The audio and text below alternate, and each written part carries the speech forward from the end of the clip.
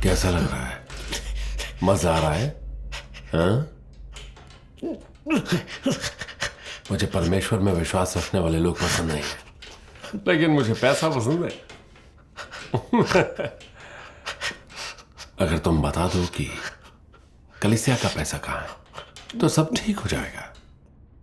हाँ?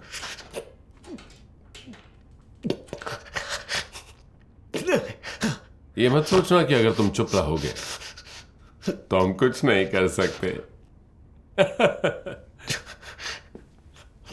तुम तब तक लटके रहोगे जब तक बता नहीं देते कि कलीसिया का पैसा कहाँ है, कहाँ छुपा है, वरना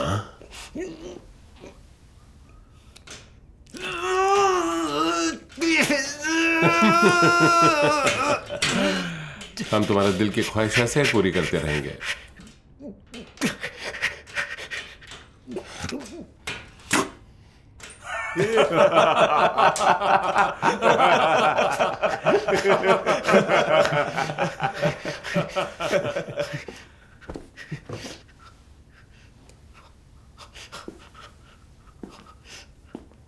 अब देख, मैं तुझे झूले का मजा देता हूं।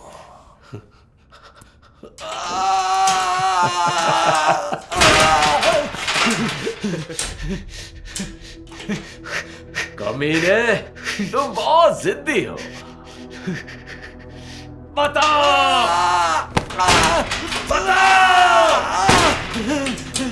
कलीसिया का पैसा कहाँ छिपाया है? बताओ, अपनी कलीसिया का पैसा कहाँ है?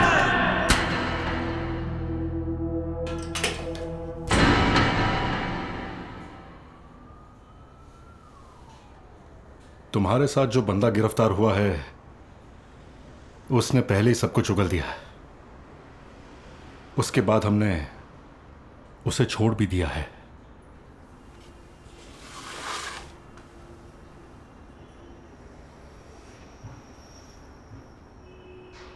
मैं जानता हूं कि तुम किन किन घरों में गए थे और कहां कहां रुके थे। जरा अकल से काम लो। जो भी जानते हो बता दो और तुम आराम से घर जा सकते हो।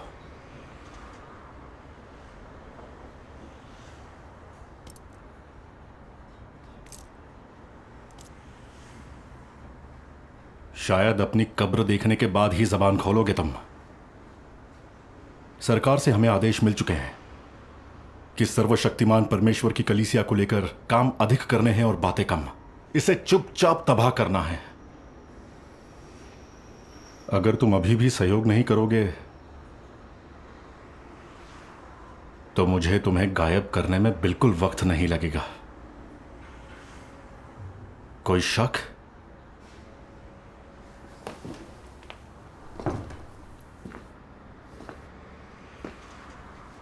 आज तुम हमारे हाथ लगे हो, अब तुम्हारा परमेश्वर भी तुम्हें नहीं बचा सकता। अगर अपनी कलीसिया के बारे में जानकारी नहीं दोगे तो तुम यहां से निकल नहीं पाओगे। तुम्हें यकीन नहीं है कि हम आज ही तुम्हारा काम तमाम कर देंगे? बताओ, परमेश्वर में विश्वास रखने वाली किताबें कहां से आई और वो तुम्हें किसने दी?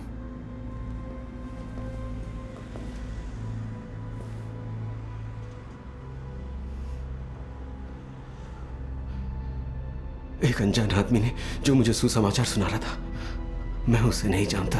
हरामी, हमारे पास गवाह और सबूत है, फिर भी सच नहीं बताओगे? लगता है तुम्हारे दिन पूरे हो गए। हाँ? जल्दी करो कमीने।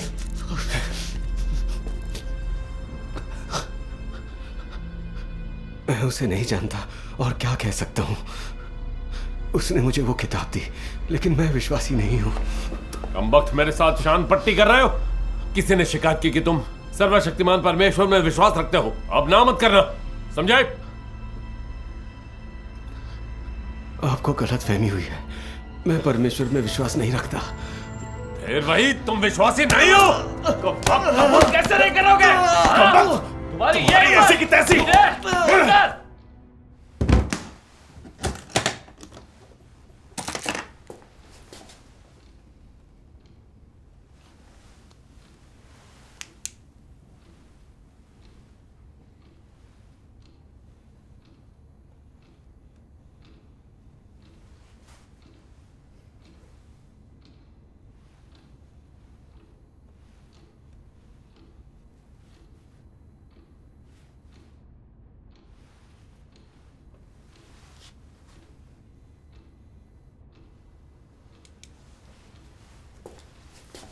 इनकी शर्ट उतारेंगे?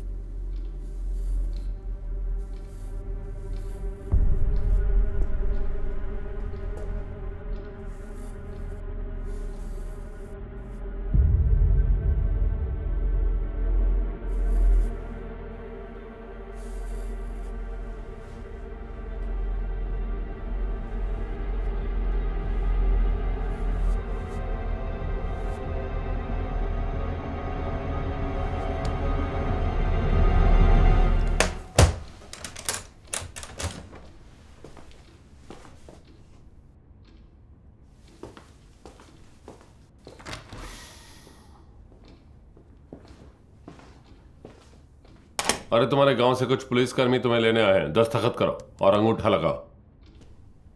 जल्दी दस्तखत करो। हम तुम्हें हल्के में छोड़ रहे हैं मूर्ख। लानत है।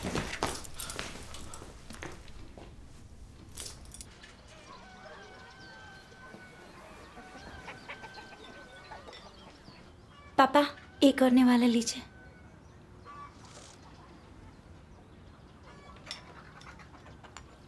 पिछले 2 दिनों से इनकी हालत कैसी है? कैसी हो सकती है? कई दिनों से इन्हें तेज बुखार था। आज थोड़ा सुधार हुआ तो खाने के लिए बैठ सके।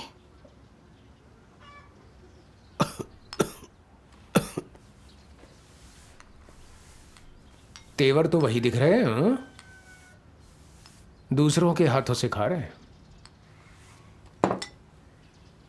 अच्छे खासे आदमी की पीट पीट कर ये हालत कर दी। इनका जोड़ जोड़ दुख रहा है। जब ये घर आए मैं तो पहचानी ही नहीं। जानवरों से भी बदतर हालत थी। दिन रात दर्द में चिल्लाते हैं।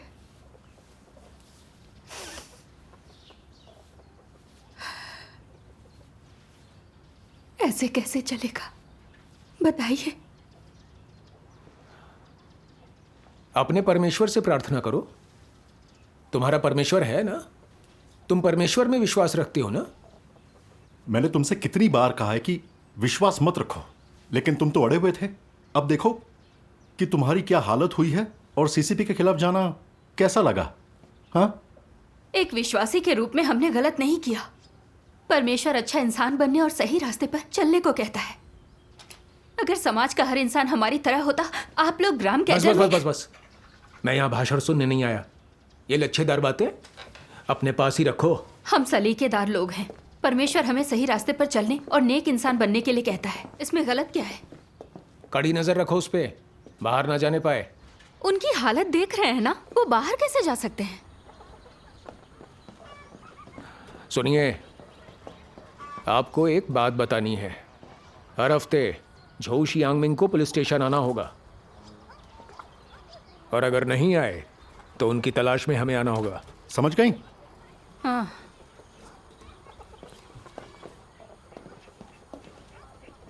पापा, वो लोग चले गए। पक्का ना? घर से निकल गए ना? हाँ, चले गए। मैं दरवाजे तक छोड़ कर आई हूँ। वो लोग घर से दूर चले गए ना? हाँ, दरवाजा बंद कर दिया है। मैं यहाँ नहीं रह सकता। शैतानों का ये झुंड मुझे निशाना बना रहा है।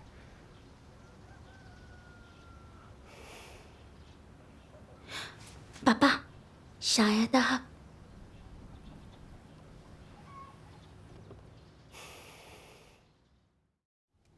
उन्होंने देखा कि मैं उन्हें कोई भी जानकारी नहीं दे रहा, तो उन्होंने मुझे सोने नहीं दिया।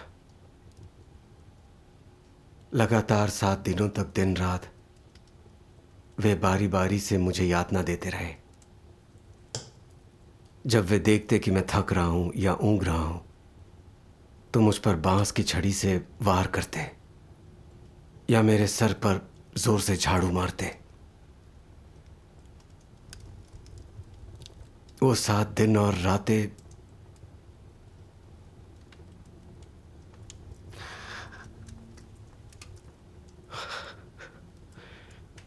वो 7 दिन और रातें मेरे जीवन का सबसे थका देने वाला वक्त था।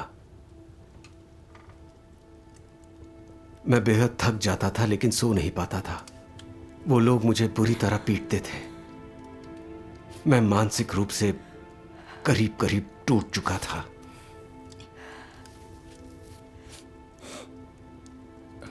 लेकिन अपने दिल की गहराइयों से मैं पूरी निष्ठा से परमेश्वर को पुकारता था।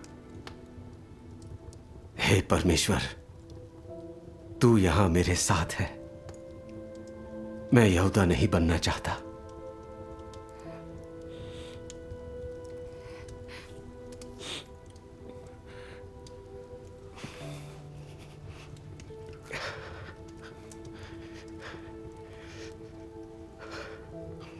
परमेश्वर की सुरक्षा पर भरोसा रखकर मैं उन 7 दिनों और रातों के बाद बचकर निकल पाया। परमेश्वर का धन्यवाद।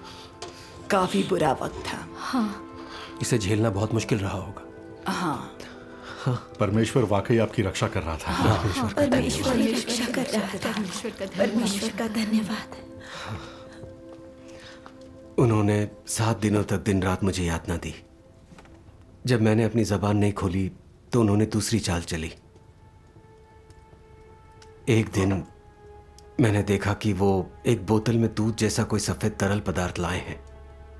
उन पुलिस अधिकारियों ने धीरे से कहा, यह दवा कमाल की है, इससे तो मुर्दे भी जबान खोल देते हैं। इसके अंदर जाते ही वो सब उगल देगा। जैसे ही उन्होंने ये कहा, कुछ लोगों ने मुझे घेर लिया। उन्होंने मेरी पीठ जमीन पर दबा दी और फिर एक लोहे की छड़ से मेरा मुंह खोल दिया। इससे पहले कि मैं कुछ बोल पाता, उन्होंने जबरदस्ती दूध या सफेद तरल पदार्थ की बोतल मेरे मुंह में डाल दी। थोड़ी देर बाद मुझे चक्कर आने लगे और मेरा पेट जलने लगा। दिमाग चकरा गया। मैं अपने शरीर पर नियंत्रण नहीं रख सका और मुझे मति भ्रम होने लगा। मुझे ऐसा लगने लगा जैसे मुझसे कोई कुछ कह रहा है, जो श्यांगमिंग, उठ जाओ, तुम्हारी बेटी का कार से एक्सीडेंट हो गया है। अगर तुम हमें अपनी कलीसिया के बारे में जानकारी दे दो तो हम तुम्हें तुम्हारी बेटी से मिलवाने ले जाएंगे। तुरंत सब बता दो, जल्दी करो और बताओ।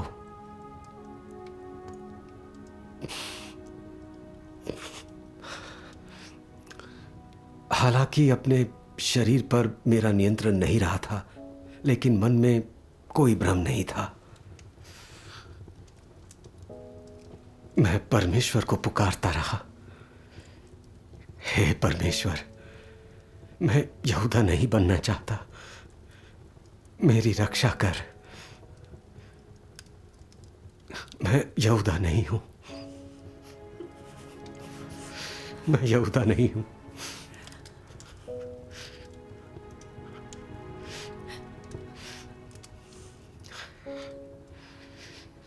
पुलिसकर्मी मुझसे हमारी कलीसिया के बारे में जानकारी उगलवाने की कोशिश करते रहे।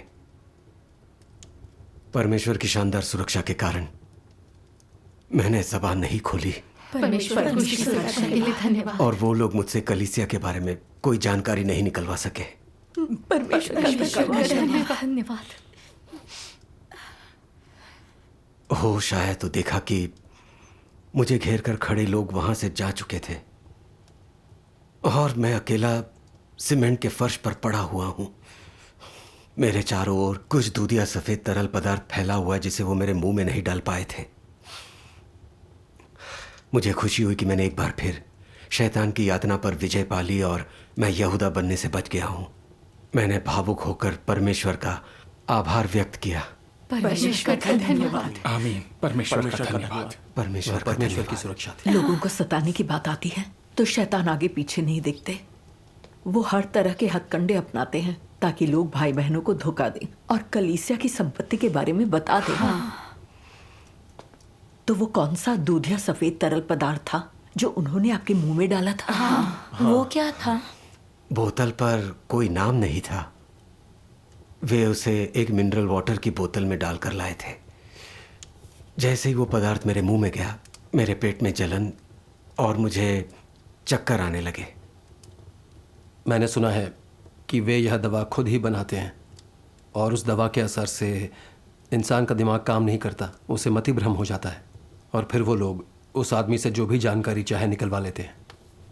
शायद उस दवा का बाजारों नाम हेलुसिनोजेन है। बाप रे, तब तो भाई जो वाकई खतरे में थे। अगर परमेश्वर की सुरक्षा ना होती तो उन शैतानों के हाथों से बचना मुश्किल था। परमेश्वर का धन्यवाद। वे शैतान हर तरह के हथकंडे अपनाते हैं। भाई जो अपनी गवाही पर दृढ़ रहे हैं। हाँ, परमेश्वर का धन्यवाद। क्या ये एक विजेता नहीं है? ये एक विजेता ही है। बिल्कुल एक विजेता कितना अद्भुत है। परमेश्वर का धन्यवाद। सही है। हाँ, ये सब परमेश्वर ने किया था। वाकई उसी ने किया था। इसकी महिमा परमेश्वर को जाती है। आमीन। परमेश्वर का धन्यवाद। कलीसिया के 10 से अधिक सदस्यों को गिरफ्तार किया गया है। कुछ लोगों ने विश्वास का त्याग किया, कुछ कलीसिया को धोखा देकर यहूदा बन गए। गिरफ्तारी और यातना के सामने दृढ़ता से खड़े रह पाना बहुत कठिन होता है। ये परमेश्वर की सुरक्षा के कारण हुआ। परमेश्वर का धन्यवाद। जब भाई ली को वांग गांव से पुलिस ने लटकाया तो 10 मिनट में ही उसने हार मान ली। उसने कई कलीसिया अगुवाओं और उपयाजकों को धोखा दे दिया और पुलिस ने बहुत चढ़ावा हासिल किया। ये बहुत बड़ी क्षति है। गिरफ्तारी के दौरान मैं भी कमजोर पड़ गया था। ऐसा कई बार हुआ कि मैं हार मानने ही वाला था। लेकिन परमेश्वर की अद्भुत सुरक्षा के जरिए मैं दृढ़ता से खड़ा रहने में कामयाब रहा। एक दिन मेरी लिखावट देखने के मकसद से उन्होंने मुझसे परमेश्वर के वचनों के भजन के एक अंश की नकल कराई। अरे, उन्होंने ऐसा किया? हाँ। वचनों के उस अंश से मुझे बहुत मदद मिली।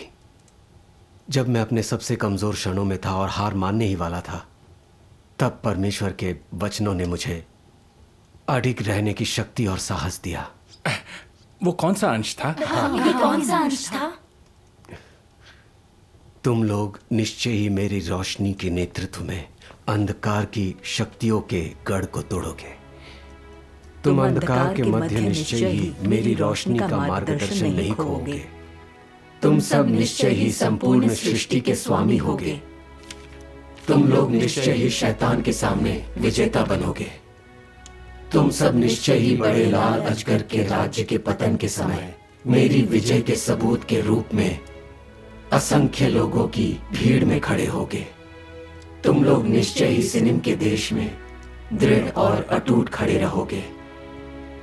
तुम लोग जो कष्ट सह रहे हो, उनसे तुम मेरे आशीष प्राप्त करोगे और निश्चय ही सकल ब्रह्मांड में मेरी महिमा को चमकाओगे। आमीन। परमेश्वर के वचन महान। ये वचन महान है। वचन बहुत अच्छा था। उन्होंने 5 बार मुझसे इसकी नकल करवाई। लिखते समय मैंने प्रार्थना की और मन ही मन में परमेश्वर को धन्यवाद देता रहा। क्या परमेश्वर अपने वचनों से मुझे प्रेरित नहीं कर रहा था? मैं कमजोर नहीं पड़ सकता था। मुझे वचनों पर निर्भर रहकर परमेश्वर के लिए गवाही देनी थी। वो मुझे मार भी डालते तो भी मैं यहूदा नहीं बनता। इस तरह मैं एक और मुश्किल दौर से गुजर गया। परमेश्वर के मार्गदर्शन से हुआ।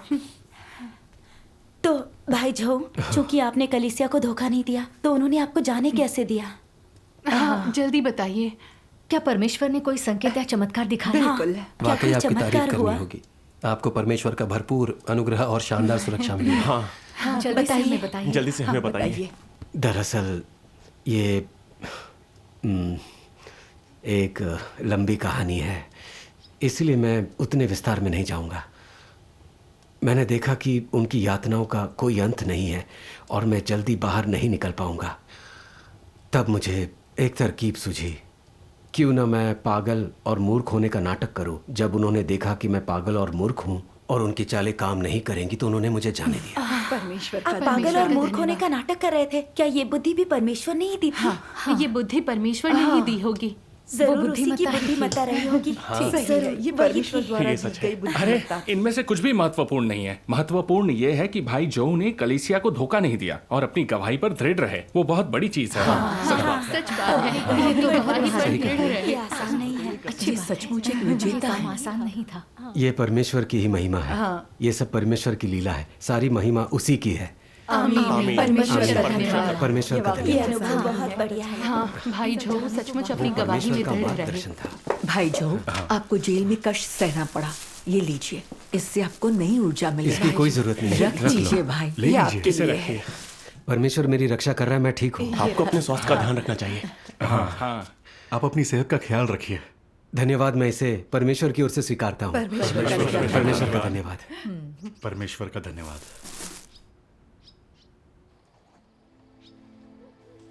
उस रात मैं भाई चैन के साथ सुसमाचार का प्रचार करके लौट रहा था। हम गांव में प्रवेश करने ही वाले थे कि अचानक दो लोगों ने हम पर टॉर्च की तेज रोशनी मारी। हम पुलिस वाले हैं, ये कहते हुए उन्होंने मेरा बैग छीन लिया और हमें हथकड़ी लगा दी। क्योंकि मैं तो बस परमेश्वर में विश्वास रख रहा था, सुसमाचार फैला रहा था और लोगों को सत्य समझाकर जीवन में सही रास्ते पर चलने के लिए कह रहा था। कोई कानून तो तोड़ा नहीं था। मुझे लगा भले ही पुलिस वालों ने मुझे गिरफ्तार कर लिया हो, लेकिन वो शायद मेरे साथ कुछ नहीं करेंगे। मैंने इसकी कभी भी उम्मीद नहीं की थी कि पीपल्स पुलिस परमेश्वर के विश्वासियों के साथ इतनी क्रूरता और वहशीपन से पेश आएगी। उस अनुभव ने मुझे एहसास कराया कि जीवन मौत से भी बदतर है। मानो मैं पृथ्वी पर नरक में रह रहा हूं। वो दिन और वो रातें आज भी मेरे जहन में ताजा हैं। मैं उन्हें कभी नहीं भूल सकता।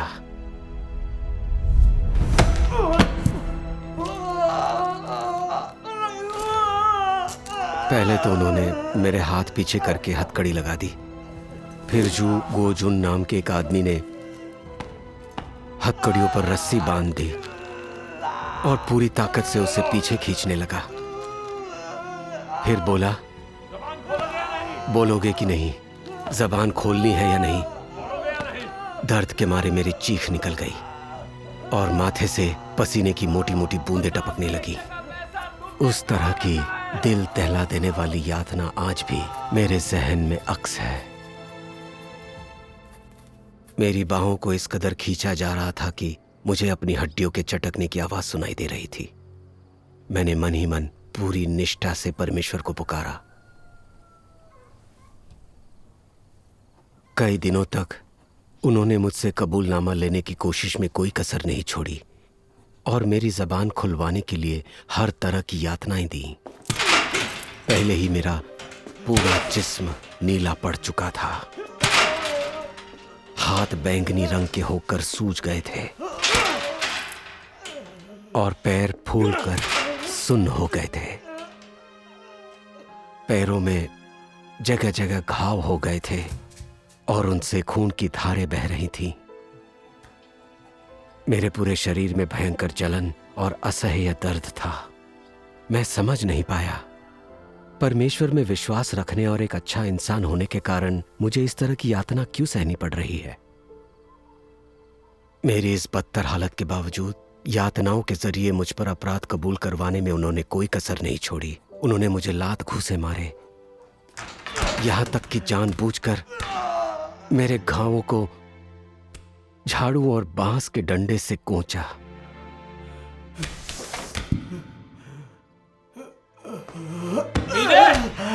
तेरे सोने की हिम्मत कैसे हुई? चलो, हिम्मत कैसे हुई? उठ, कम बात।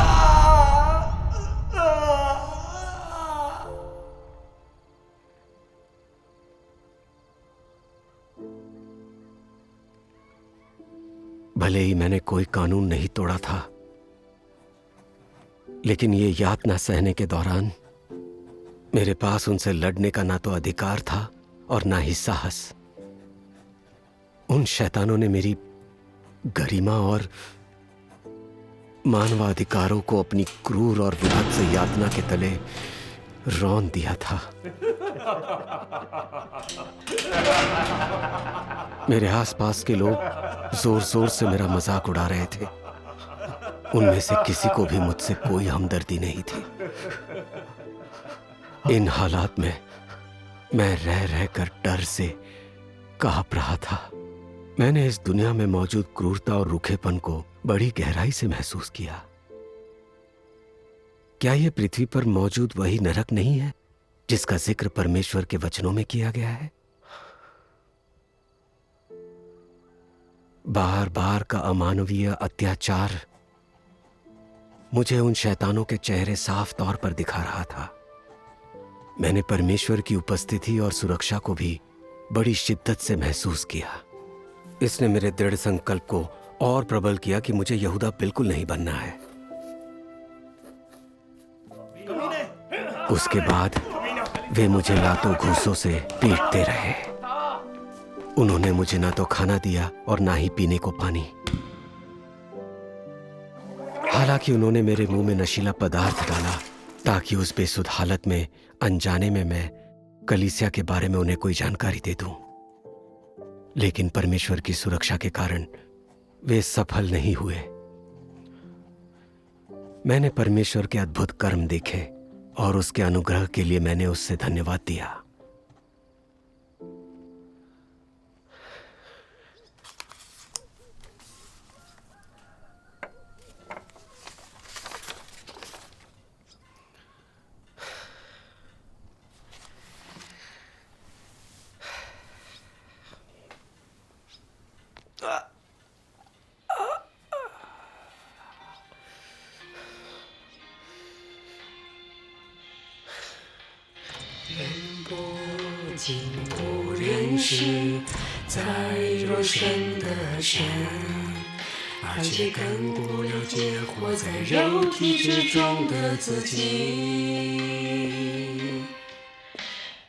भजन सीख रहे हो? आप भी गाना चाहेंगे? हाँ ठीक है, बैठिए। यहां से। ठीक है। 多少年来，人一直欺骗神，一直把神当作门外客。多少次把神关在家门之外，多少次在神面前站立，却不理会神。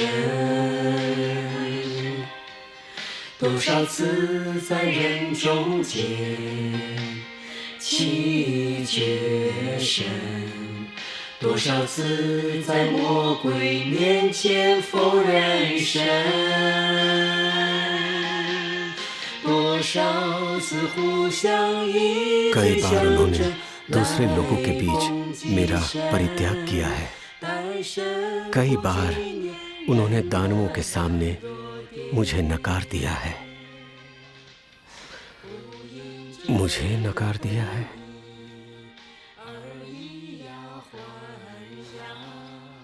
मुझे नकार दिया है। मुझे नकार दिया का क्या मतलब है? भाई झो, आप थक गए हैं क्या? ऐसा है तो आराम करें, आपके जख्म भी पूरी तरह भरे नहीं हैं।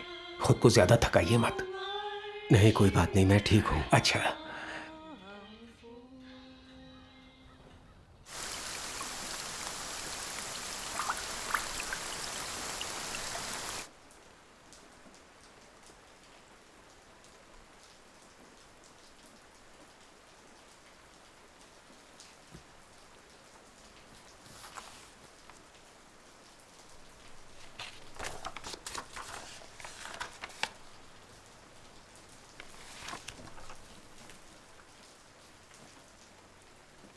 सीसीपी शासन के तहत जैसे ही कोई व्यक्ति परमेश्वर का अनुसरण करना शुरू करता है, वो अपने बुनियादी मानवाधिकार खो देता है।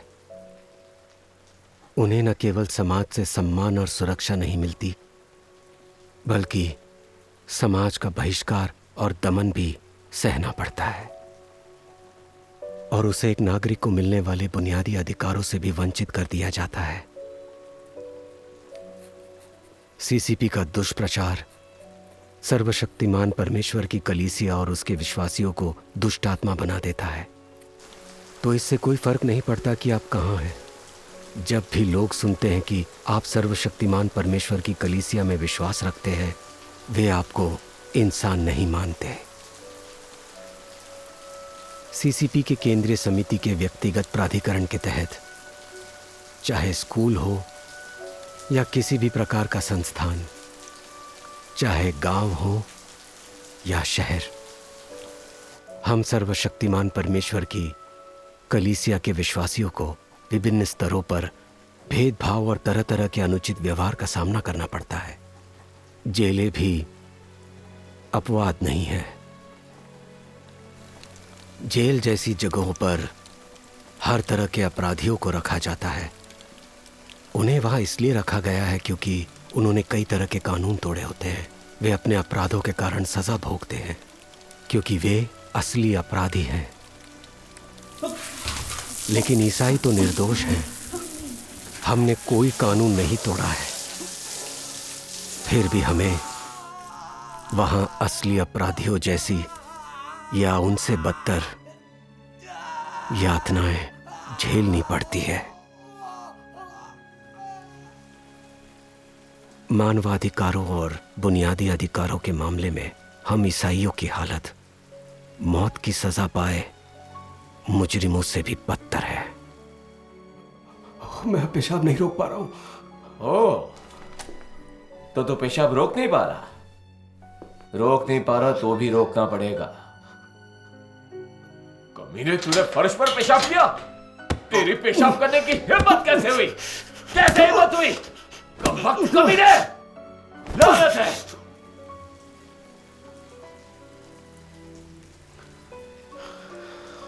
यकीन नहीं होता कि ये जानवर मुझे पेशाब करने तक का अधिकार नहीं देते।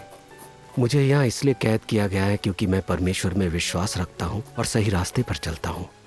अगर मैं परमेश्वर का विश्वासी न होता तो तुम जैसे जानवरों से लड़ता। भले ही मेरी जान चली जाती, लेकिन मैं तुम्हें छोड़ता नहीं।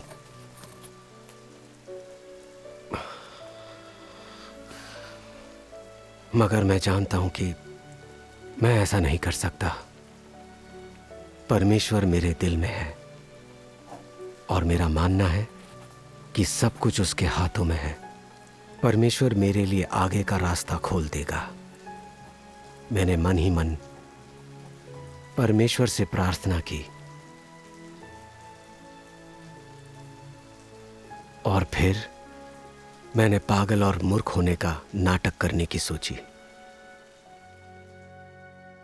ये परखने के लिए कि क्या मैं सचमुच पागल और मूर्ख हो गया हूं। उन्होंने मुझे सड़ा हुआ खाना दिया।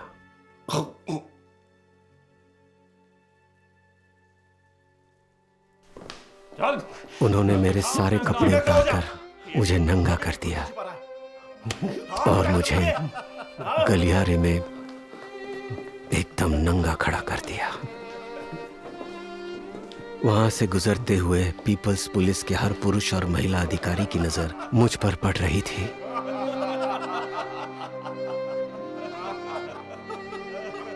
हालांकि देखने में मैं सचमुच पागल और मूर्ख लग रहा था,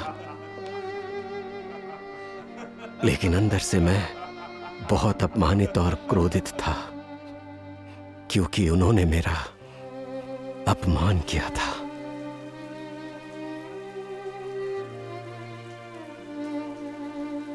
पीपल्स पुलिस की निगाह तले मेरी गरिमा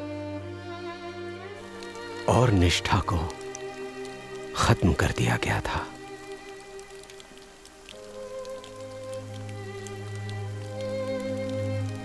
इस तरह उम्मीद के मुताबिक मैं उस मुश्किल घड़ी से निकल आया।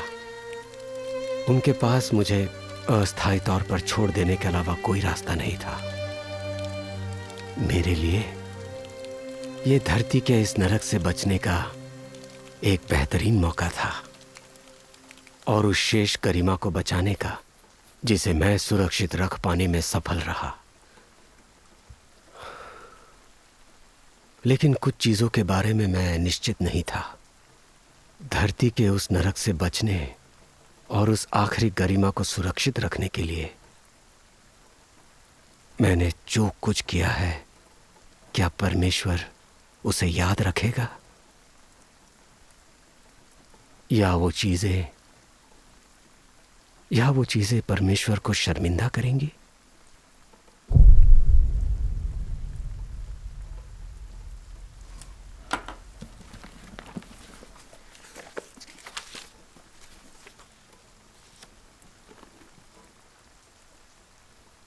बात सिर्फ इतनी नहीं है कि मनुष्य मुझे मेरी देह में नहीं जानता, उससे भी ज्यादा यह कि वह देह में निवास करने वाले निज रूप को भी समझने में असफल रहा है। कई वर्षों से मनुष्य मेरे साथ बाहर के एक मेहमान की तरह व्यवहार करते हुए मुझे धोखा देते आ रहे हैं। कई बार उन्होंने मुझे अपने घर के दरवाजे के बाहर रोक दिया है। कई बार उन्होंने मेरे सामने खड़े रहकर मुझ पर कोई ध्यान नहीं दिया है। कई बार उन्होंने दूसरे लोगों के बीच मेरा परित्याग किया है। कई बार उन्होंने दानवों के सामने मुझे नकार दिया है। मुझे नकार दिया है। मुझे नकार दिया है।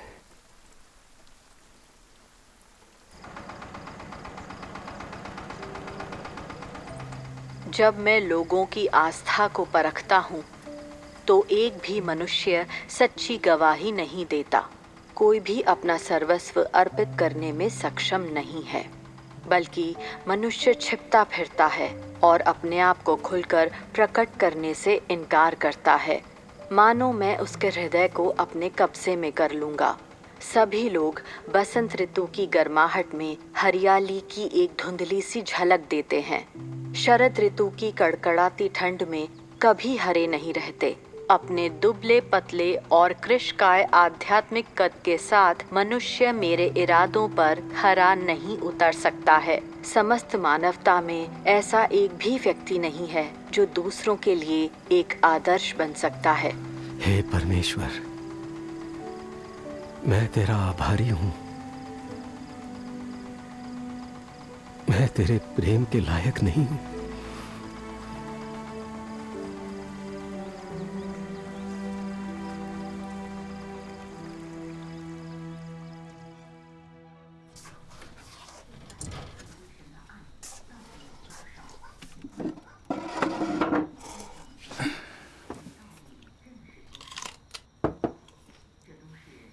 अरे शाम को हरी प्याज क्यों खा रहे हो? मुझे ज्यादा भूख नहीं है। क्या अभी भी डर लग रहा है? हाँ, थोड़ा सा। मिस्टर और मिसेस हुआंग बहुत कुटिल लोग थे। सुसमाचार स्वीकार नहीं करना था तो ना सही, पर पुलिस को क्यों बताया? आपने तुरंत कदम ना उठाया होता तो हम गिरफ्तार हो गए होते।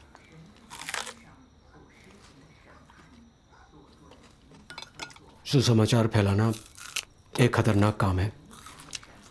हमें हर तरह के लोग मिलेंगे, हमें अक्सर परमेश्वर से प्रार्थना करके बुद्धि प्रदान करने की प्रार्थना करनी चाहिए। क्या हुआ? मैंने अपना गाल काट लिया। तबीयत ठीक नहीं लग रही। फटाफट खाओ। किसी दिन भाई झोंग को बोलता हूँ कि तुम्हारे लिए थोड़ा मांस खरीद लाए। मुझे मांस चाहिए, थोड़ा खाऊंगा तो अच्छा लगेगा। जल्दी खाओ। खाना खाने के बाद हमें सुसमाचार कार्य को लेकर बहन मैंग और बाकी लोगों के साथ संगति करनी है।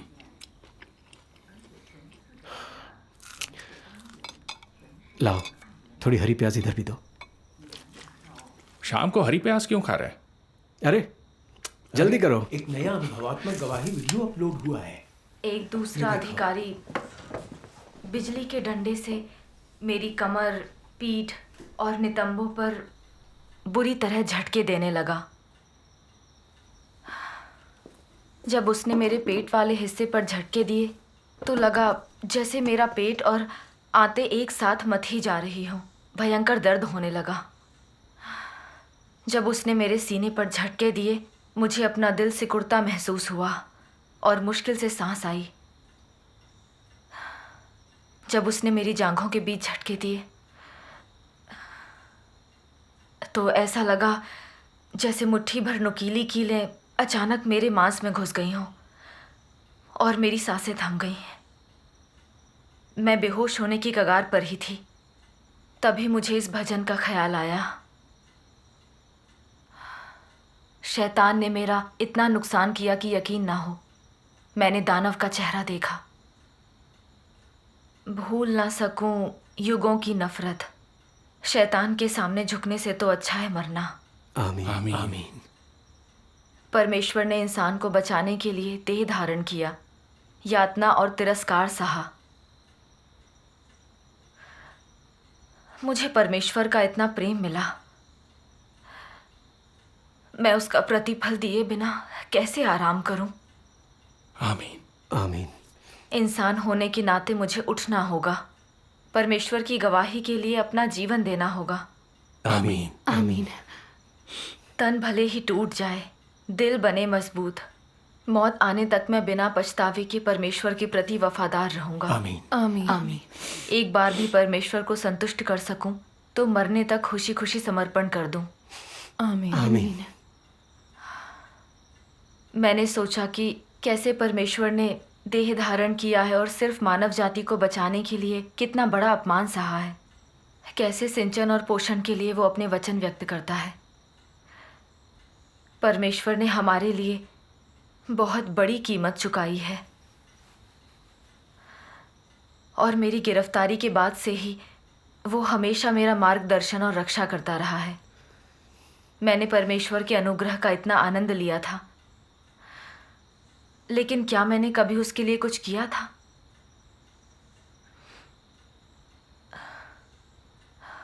युगों युगों से संत परमेश्वर के लिए शहीद होकर अपना बलिदान करते और अपना रक्त बहाते रहे हैं,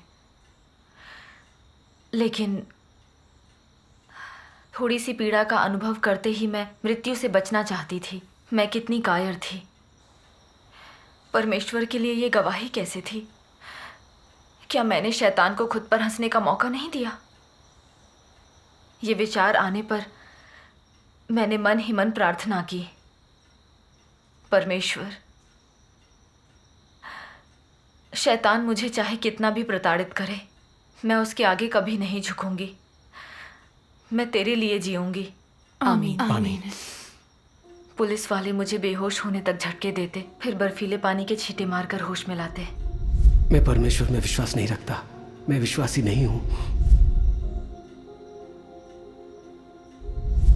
कई बार उन्होंने दूसरे लोगों के बीच मेरा परित्याग किया है।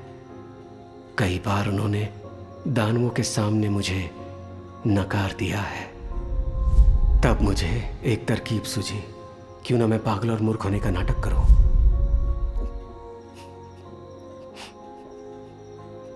ना जाने कितना समय बीत गया। आखिरी बार जब मैं उठी तो मैंने देखा एक अधिकारी थका हुआ सा कुर्सी पर आराम कर रहा है और जोर जोर से सांस ले रहा है। एक दूसरे अधिकारी ने कहा, मैं मान गया, ये औरत तो फौलाद की बनी है। इसे कोई नहीं मार सकता। ये सुनकर मैंने परमेश्वर को धन्यवाद दिया और उसकी स्तुति की। परमेश्वर मेरा प्रबोधन कर रहा था, मुझे शक्ति दे रहा था, मेरा मार्गदर्शन कर रहा था। परमेश्वर में मेरी आस्था बढ़ गई। परमेश्वर का धन्यवाद। वाह, बहुत बढ़िया। यह बहन वाकई दमदार है। हाँ, उसकी गवाही पक्का परमेश्वर द्वारा स्वीकृत है। वह बहुत मजबूत है। यह गवाही बहुत ही शानदार है। उसे वाकई परमेश्वर की सुरक्षा मिली हुई। उसकी गवाही सच में सराहनीय है। हे परमेश्वर, मैंने तुझे निराश किया है।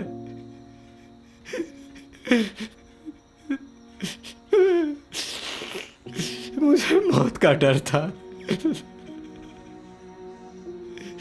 अपने जीवन को बचाने के लिए मैंने दूसरों के सामने तेरा त्याग कर दिया और शैतानों के सामने तुझे नकार दिया।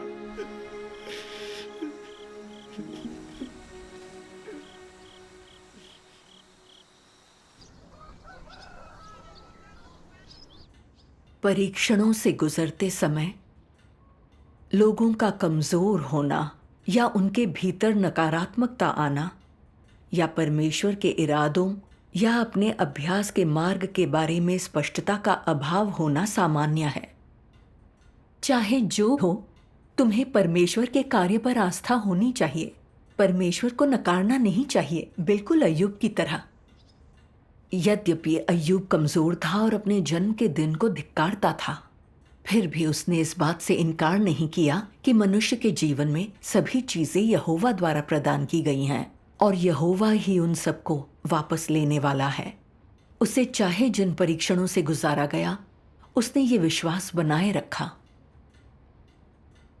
अपने अनुभव में तुम चाहे परमेश्वर के वचनों के द्वारा जिस भी शोधन से गुजरो, परमेश्वर को मानव जाति से जिस चीज़ की अपेक्षा है, संक्षेप में वो है परमेश्वर पर उनकी आस्था और उनका परमेश्वर प्रेमी हृदय।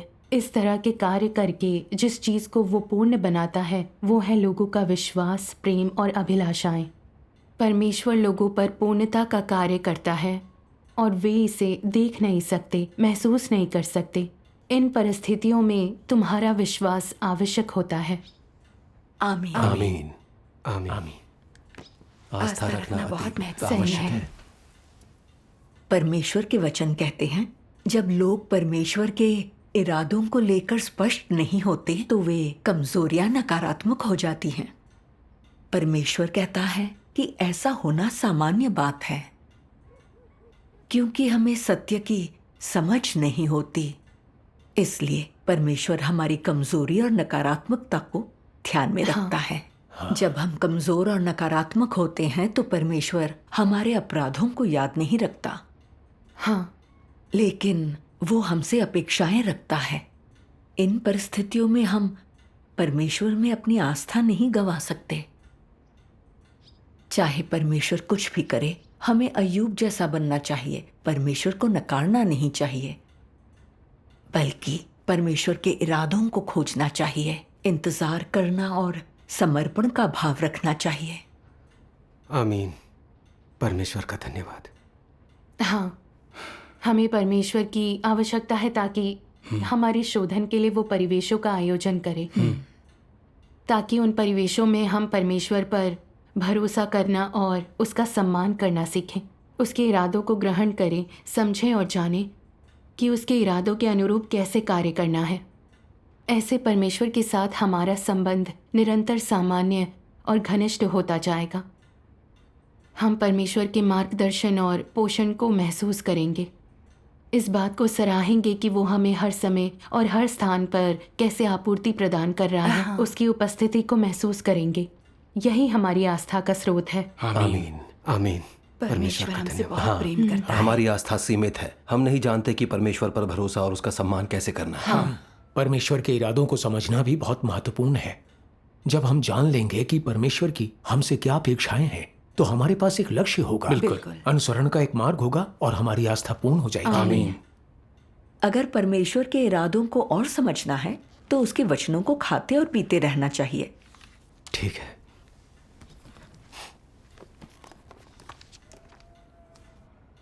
लोगों का विश्वास तब आवश्यक होता है जब कोई चीज खुली आंखों से ना देखी जा सकती हो, और तुम्हारा विश्वास तब आवश्यक होता है जब तुम अपनी धारणाएं नहीं छोड़ पाते। जब तुम परमेश्वर के कार्य के बारे में स्पष्ट नहीं होते तो अपेक्षा है कि तुम आस्था बनाए रखो, दृढ़ रुख अपनाए रखो और अपनी गवाही में मजबूती से खड़े रहो। जब अय्यूब इस मुकाम पर पहुंचा तो परमेश्वर उसे दिखाई दिया और उससे बोला, अर्थात केवल अपनी आस्था के भीतर से ही तुम परमेश्वर को देखने में समर्थ हो पाओगे, और जब तुम्हारे पास आस्था होगी तो परमेश्वर तुम्हें पूर्ण बनाएगा।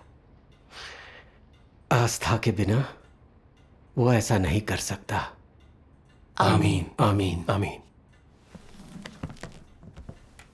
कई बार मुसीबत के समय हमारे पास मार्गदर्शन के लिए परमेश्वर के वचन नहीं होते। परमेश्वर हमारे सामने नहीं आता या हमें नहीं बताता कि कैसे पेश आना है या क्या करना है।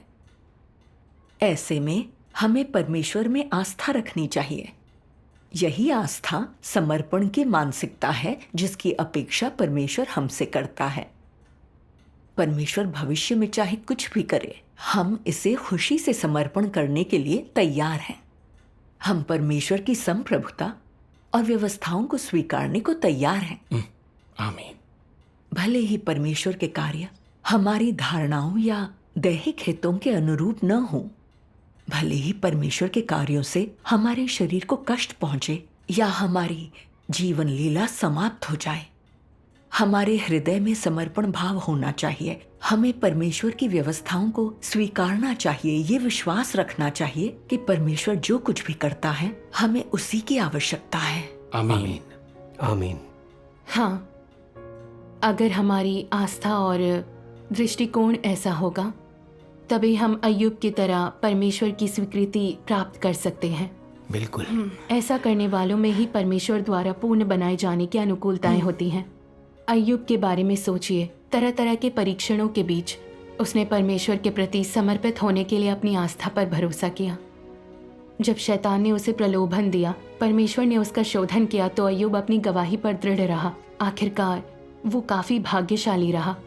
वो बवंडर से परमेश्वर की वाणी और उसके निजी वचन सुन पाया। ये कितनी महिमापूर्ण बात है। परमेश्वर का धन्यवाद। अय्यूब धन्य था। हाँ, हमें अय्यूब का अनुकरण करते हुए उसके जैसा संकल्प और आस्था रखनी चाहिए। आमीन। हाँ, आशा है मैं इस जीवन में परमेश्वर का शोधन पाकर उस मुकाम पे पहुंच जाऊंगा जहां अय्यूब की तरह मैं भी मौत आने तक परमेश्वर के प्रति समर्पित रह सकूंगा। परमेश्वर का धन्यवाद। मुझे आशा है कि परमेश्वर हमारा मार्गदर्शन करेगा। आमीन। हम भी अय्यूब का अनुकरण कर उसकी जैसी आस्था रखना चाहते हैं, परमेश्वर की संप्रभुता स्वीकारना चाहते हैं और हमारे पास जो कुछ भी है उसे परमेश्वर के हाथों में सौंप देना चाहते हैं। परमेश्वर का धन्यवाद। परमेश्वर के वचन हमें केवल उसके इरादे ही नहीं बताते, बल्कि वे हमें एक दिशा और लक्ष्य भी बताते हैं। परमेश्वर के वचनों से मैं अभ्यास के सिद्धांत समझ जाता हूं, परमेश्वर के इरादों की तुष्टि के लिए कार्य करने का ढंग सीखता हूं। परमेश्वर का धन्यवाद। परमेश्वर के वचनों के जरिए हमने अभी अभी खाया और पिया है और समझ आ गया कि मुझ में क्या कमी है। मुझ में आस्था की कमी है। मैं परमेश्वर पर सचमुच भरोसा नहीं करता या उसका सम्मान नहीं करता।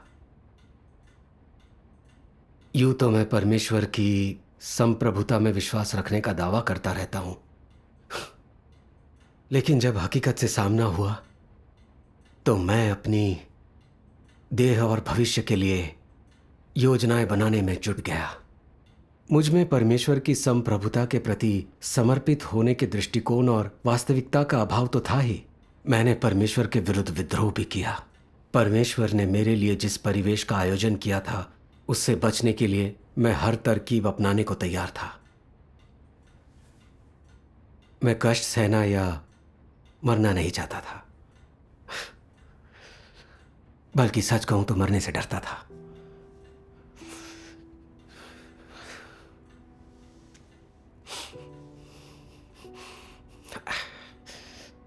मन ही मन में परमेश्वर का विरोध करता था। उसके आयोजनों और व्यवस्थाओं को नकारता था। मुझे डर था कि अगर सावधानी न बरती तो मेरी जान चली जाएगी और मैं फिर कभी अपने बीवी बच्चों से नहीं मिल पाऊंगा। इसलिए मैंने अपने दैहिक जीवन को कसकर अपने हाथों में पकड़ कर रखा और परमेश्वर के प्रति बिल्कुल समर्पित नहीं हुआ।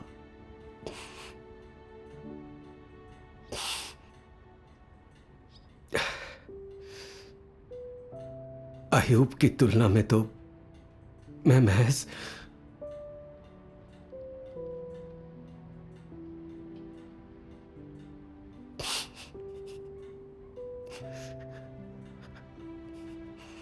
एक छद्म विश्वासी हूं। मुझ में राय रत्ती भी सच्ची आस्था नहीं है। इतने बरसों तक परमेश्वर ने ईमानदारी से मुझे सींचा और आपूर्ति की है। उसने मुझसे कोई लाभ नहीं उठाया है। मैं इतने बरस परमेश्वर की देखभाल और सुरक्षा पर खरा नहीं उतरा और परमेश्वर की अपेक्षाएं पूरी नहीं कर पाया।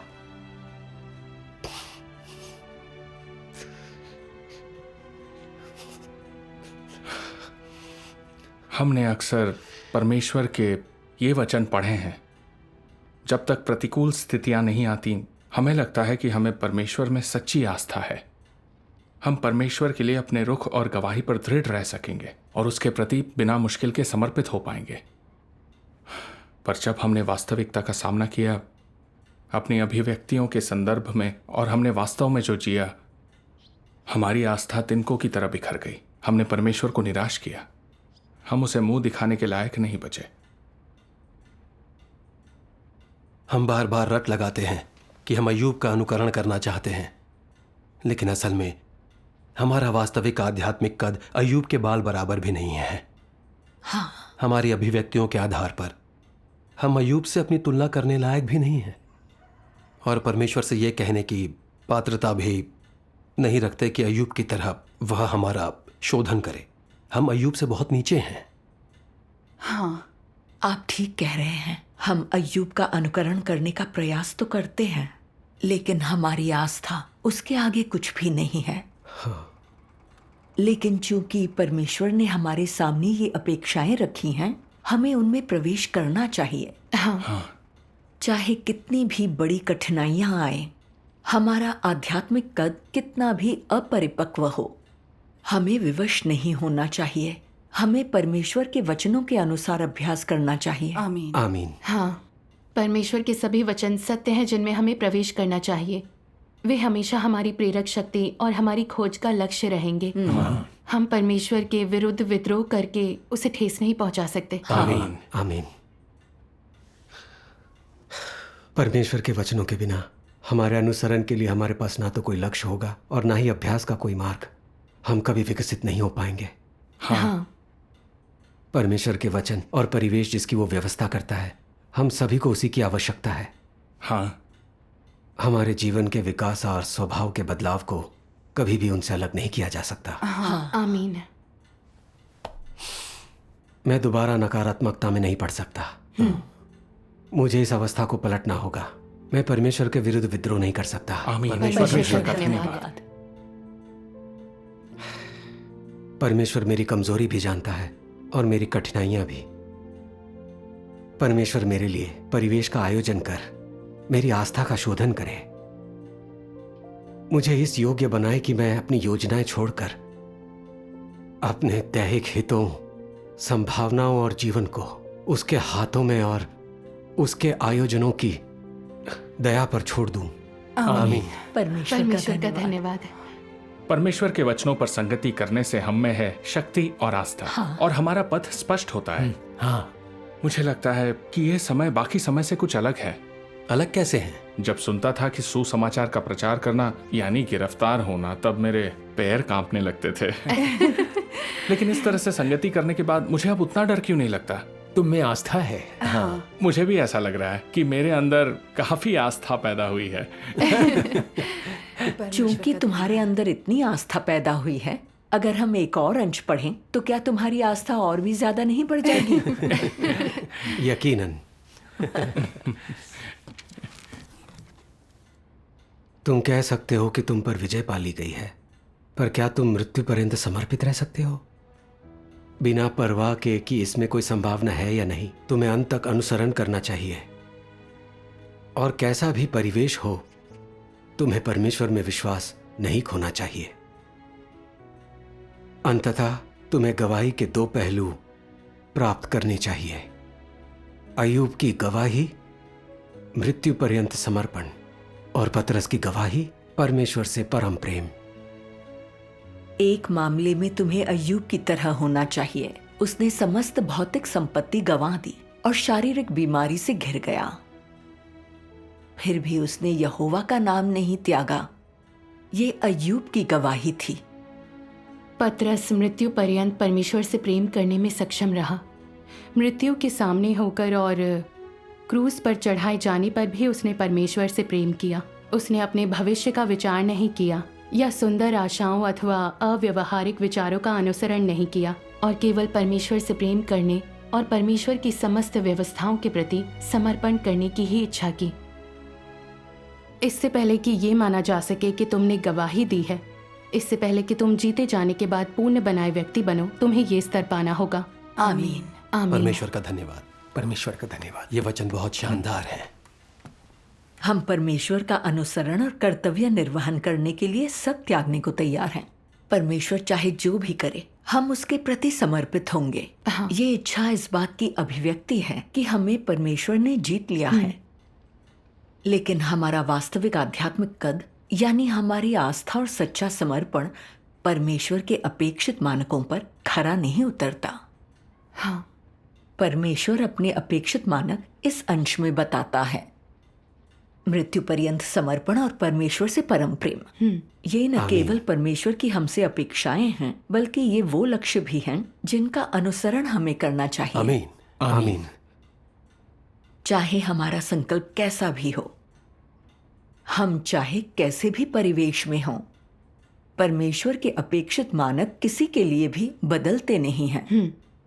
हाँ, इन मानकों के अनुसार बतौर सृजित प्राणी हमें अपना सब कुछ, जिसमें हमारा जीवन भी शामिल है, परमेश्वर के हाथों में सौंप देना चाहिए और परमेश्वर के आयोजनों के प्रति समर्पित हो जाना चाहिए। आमीन। आमीन। इसके अलावा जब मौत सामने दिखाई दे तो पतरस की तरह हमें भी कोई शिकायत नहीं होनी चाहिए और स्वेच्छा से अपने आप को वापस परमेश्वर को सौंप देना चाहिए। आमीन। आमीन। परमेश्वर का धन्यवाद। परमेश्वर का धन्यवाद। हे परमेश्वर, तुझे मेरी कमजोरी और कठिनाइयों का पता है। तू मेरे लिए एक परिवेश का आयोजन करके मेरी आस्था का शोधन कर और इस योग्य बना के मैं अपनी योजनाएं त्याग सकूं, अपने दैहिक हितों, संभावनाओं और जीवन को तेरे हाथों में सौंप दूं ताकि तू उन्हें व्यवस्थित कर सके। हे परमेश्वर, मैं यह भी चाहता हूं कि अपनी योजनाएं छोड़कर अपने हितों, संभावनाओं और जीवन को तेरे हाथों में और तेरे आयोजनों की दया पर छोड़ दूं। आमीन।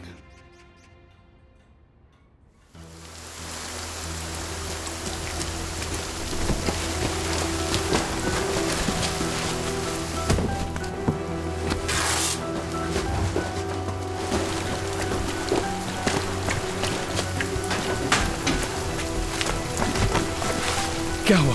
बहन मैंग गिरफ्तार हो गई। हमें किताबें फौरन यहाँ से हटानी होगी।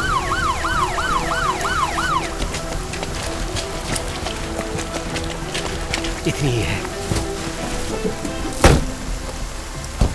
भाई जॉन, परमेश्वर के वचनों की इन किताबों को अच्छे से छिपाना, कहीं बड़ा लालच कर इन्हें ढूंढ न निकाले। चिंता मत करो, अपनी जान पर खेलकर भी मैं परमेश्वर के वचनों की इन पुस्तकों की रक्षा करूंगा। चिंता मत करो।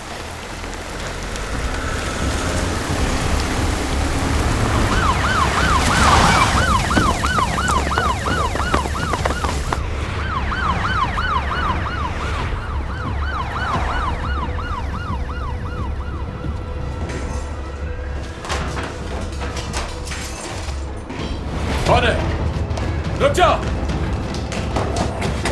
रुको, भागो मत।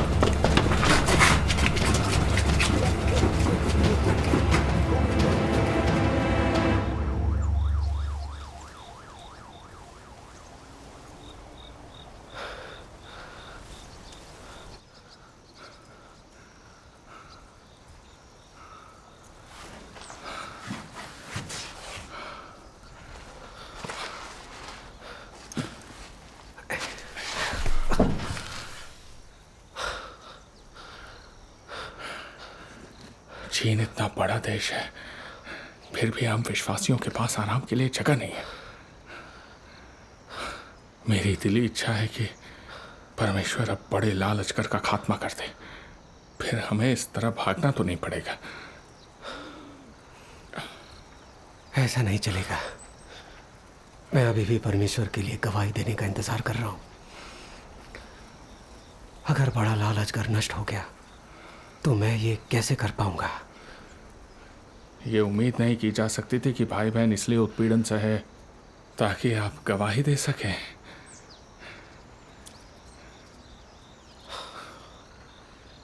अगर हम सभी उत्पीड़न सहते हैं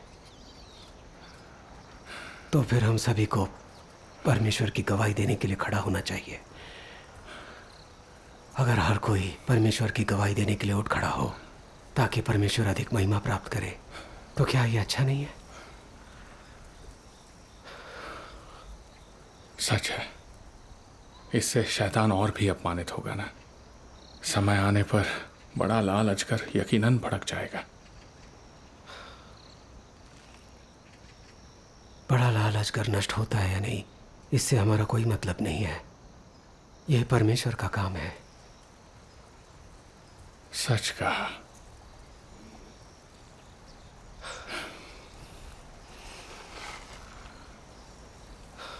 बड़े लाल अजगर ने परमेश्वर के कार्य में बहुत अधिक सेवा प्रदान की है। इसके बिना बहुत से लोगों का खुलासा नहीं हो पाता, उन्हें हटाया नहीं जाता। विषमता के रूप में इसे पर्याप्त माना जा सकता है। विषमता पर्याप्त और अपर्याप्त भी हो सकते हैं। उसे परमेश्वर के लिए सेवा प्रदान करनी है, यही उसका मिशन है, वरना वो आज तक जीवित नहीं रह पाता। हाँ, तुमने सही कहा। यह परमेश्वर के वचनों में कहे जैसा ही है।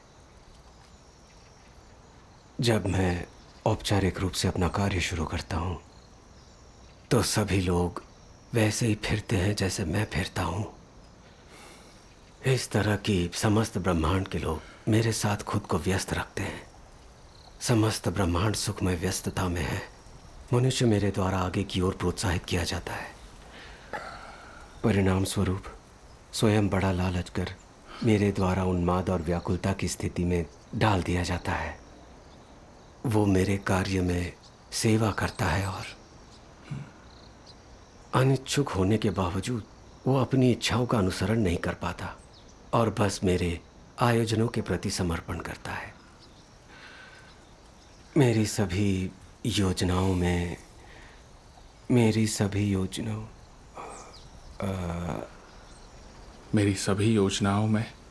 बड़ा लाल अजगर मेरी विषमता, मेरा शत्रु और साथ ही मेरा सेवक भी है। इसलिए मैंने उससे अपनी अपेक्षाओं को कभी भी शिथिल नहीं किया है। इसलिए मेरे देह धारण के कार्य का अंतिम चरण उसके घराने में पूरा होता है। ये बड़ा लाल अजगर द्वारा मेरी सेवा करने में अधिक सहायक है, जिसके माध्यम से मैं उस पर विजय पाऊंगा और अपनी योजना पूरी करूंगा। अच्छा है, तुमने काफी कोशिश की है। तुमने तो इस अंश को कंठस्थ कर लिया। हाँ, तुम सब कुछ समझते हो लेकिन बस बकवास कर रहे हो।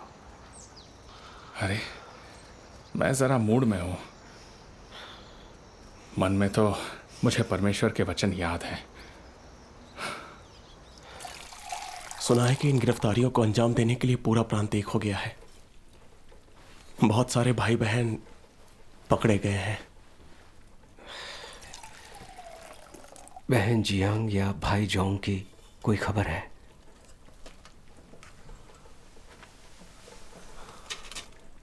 वे दोनों गिरफ्तार हो चुके हैं। क्या? दोनों? बहन जियांग किसी नजरबंदी केंद्र में बंद है। सुना है उसे सजा होने वाली है। बहन मेंग ने यातना बर्दाश्त न कर पाने के कारण आत्महत्या की कोशिश की। उसे बचा लिया गया है, लेकिन उसे गंभीर चोटें आई हैं। पता नहीं जी पाएगी या नहीं।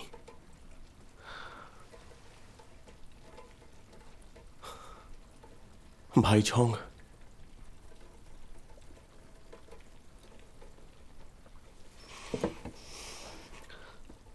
उसे क्या हुआ? पुलिस ने जबरन उसका खून निकाल लिया। आखिरकार खून की अत्यधिक कमी से उसकी मौत हो गई। मौत हो गई?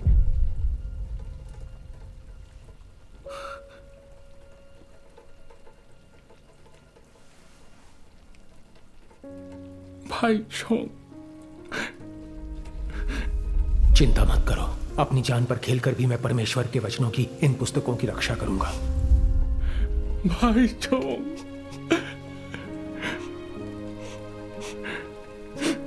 भाई झोंग चला गया। भाई झोंग।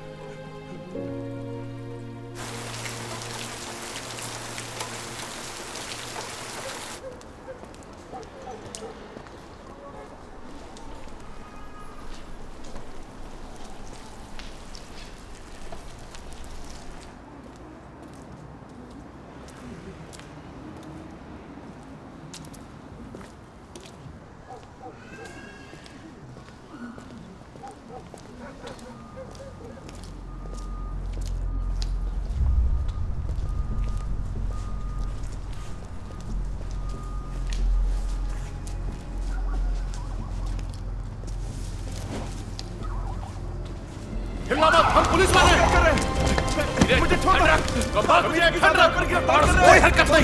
हम तेरे जैसे परमेश्वर के विश्वासियों को गिरफ्तार कर रहे हैं। रुको, भागना मत। अलग अलग भागो।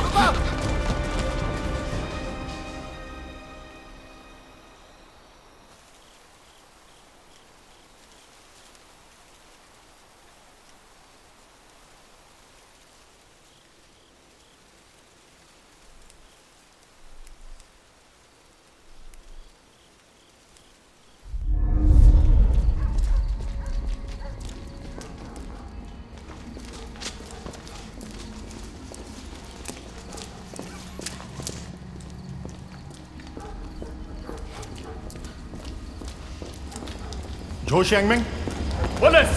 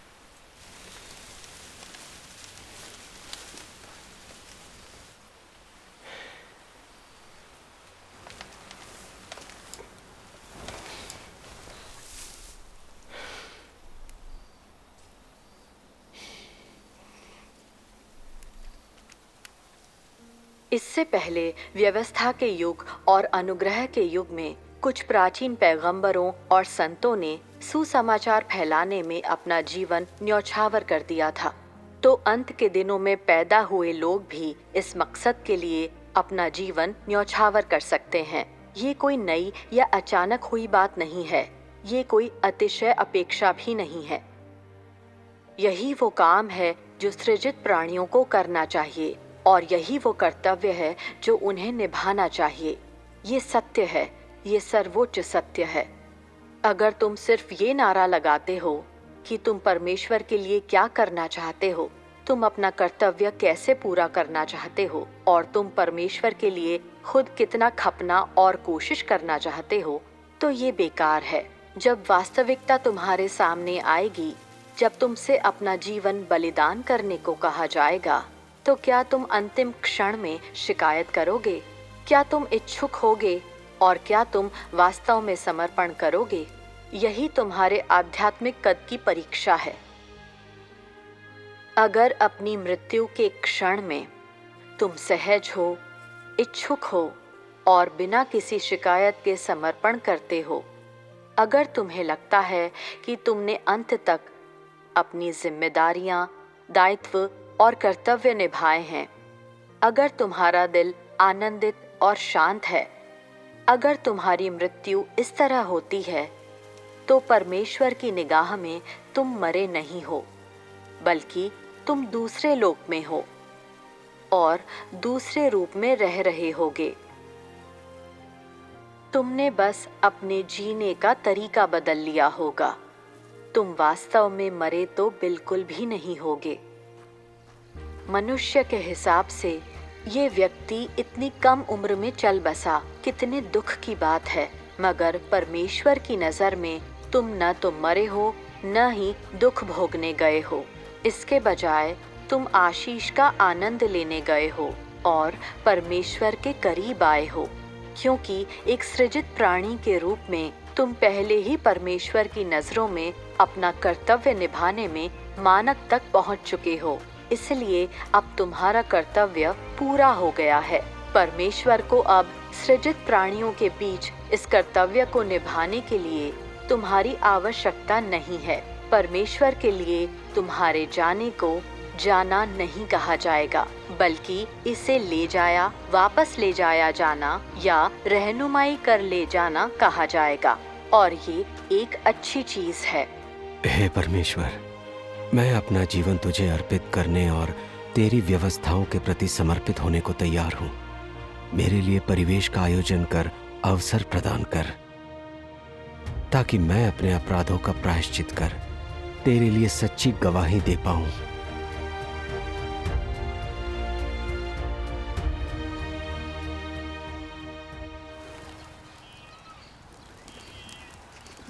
दादाजी बोलो। दादाजी। वाह, अच्छा बेटा। पापा, कैसी तबीयत है? अच्छी है। मैं आपके लिए कुछ सर्दियों के कपड़े लाई हूँ। अरे बेटा, क्या जरूरत थी? कैसा लग रहा है? अच्छा है। दिखाइए। बढ़िया लग रहा है। आपका कान कैसा है? कोई सुधार हुआ या नहीं? ओह, मुझे उसकी एक दवा मिल गई है, इसका इस्तेमाल करके देखिए। इससे कुछ फायदा होता है क्या? इसकी वजह कोई थकान नहीं है। मार के कारण कान में अंदरूनी चोट आई है। ये इतनी आसानी से ठीक नहीं होगी। आप इसका इस्तेमाल कीजिए, शायद फायदा करे। पापा, आजमा कर देखिए। हाँ। इसे वहां रख दो। लो, ये फल खाओ। जरूर, धन्यवाद। आप आराम कीजिए। कोई बात नहीं। यूयू, संतरा खाओ। पापा, आपकी बाजुओं पर चोट है, भारी सामान मत उठाइएगा। हाँ, जानता हूँ। आपकी याददाश्त थोड़ी वापस आई क्या? सिर पर जो बड़ा सा उभार था चला गया? मेरी याददाश्त शायद वापस न आए। उभार अभी भी बना हुआ है। आपको अभी भी हर समय नींद आती रहती है? मैंने वैद्य से आपकी हालत के बारे में पूछा था। उसने कहा ऐसा दिमागी चोट और नाड़ियों में उत्तेजन के कारण होता है। इसका इलाज आसान नहीं, दवा ज़्यादा असरकारी नहीं होगी। ये धीरे धीरे अपने आप ठीक हो जाएगा। आप ज़्यादा तनाव ना लें। ठीक है। पापा, खुद को थकाइए मत और सेहत का ख्याल रखिए। हाँ, अब मैं ऐसा ही कर रहा हूँ। यहाँ भाई बहन मेरा बहुत ख्याल रख रहे हैं। मैं खुद को थका नहीं रहा हूँ। वैसे मैं कोई 70-80 साल का बूढ़ा नहीं हो गया हूँ। अभी वो उम्र नहीं है जहाँ मुझे अपनी सेहत का ध्यान रखना पड़े। मैं आपके लिए परमेश्वर से प्रार्थना करती हूँ कि वो आपकी रक्षा करे और आपको प्रबुद्ध करे। वहाँ के भाई बहन भी आपकी बहुत चिंता करते हैं। हाँ, पहले जब मेरी सेहत और मेरी याददाश्त अच्छी थी और कोई दिमागी समस्या भी नहीं थी, तो मैंने परमेश्वर के वचनों को गंभीरता से खाया और पिया नहीं, और ना ही बहुत से सत्य समझे। मैं तो बस बाहरी कामकाज में ही लगा रहा। कर्तव्य निर्वहन के समय मुझ में जोश तो था, लेकिन मैंने सत्य के लिए प्रयास नहीं किया। परमेश्वर के इरादों को समझे बिना ही मैं बरसों परमेश्वर में विश्वास रखता रहा। मैंने बहुत समय बर्बाद कर दिया। पिछले कुछ बरसों में मैंने परमेश्वर के वचन खाए और पिए हैं, कुछ सत्य समझे हैं और परमेश्वर के इरादों को जाना है।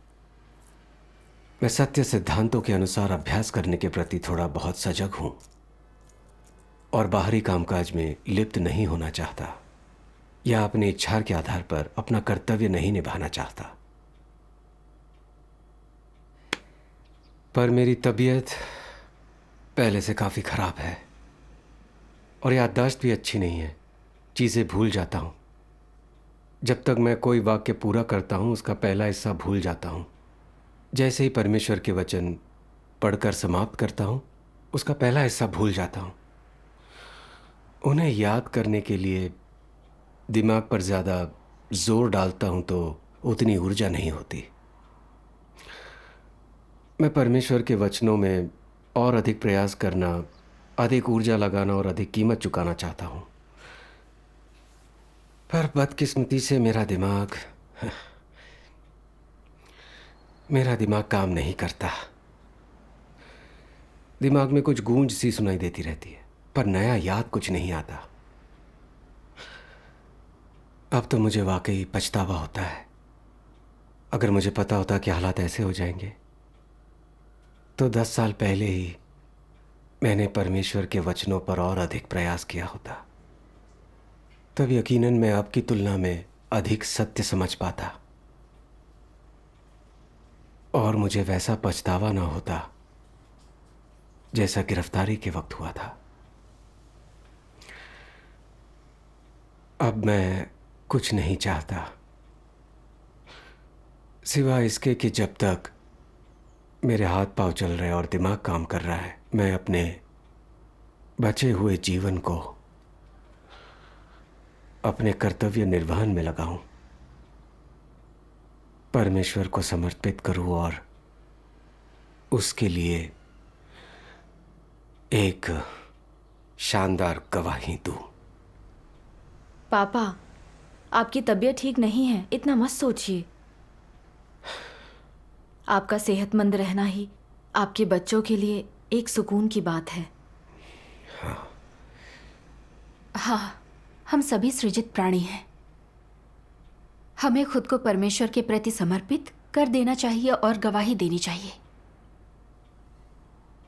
एक सृजित प्राणी के रूप में हमें इस कर्तव्य का निर्वहन करना चाहिए। यह हमारा परम कर्तव्य है।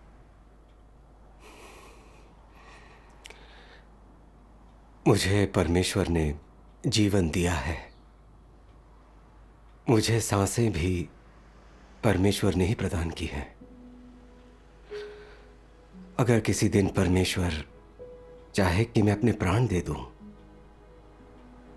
मुझे इसे अपना कर्तव्य समझकर स्वीकारना चाहिए। इसे नकारना नहीं चाहिए।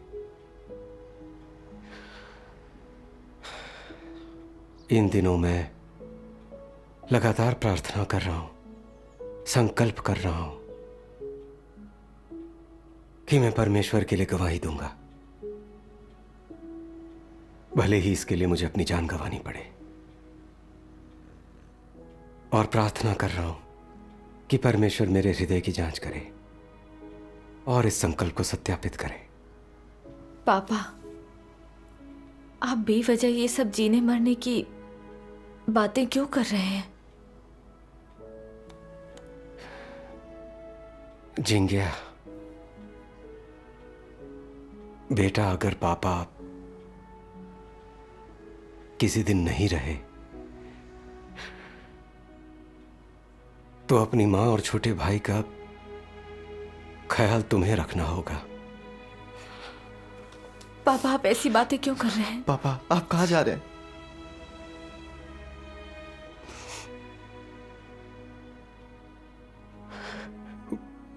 पापा ठीक है, पापा सेहतमंद है, मैं ठीक हूं, मैं एकदम ठीक हूं। दादाजी को क्या हुआ? रो मत दादी।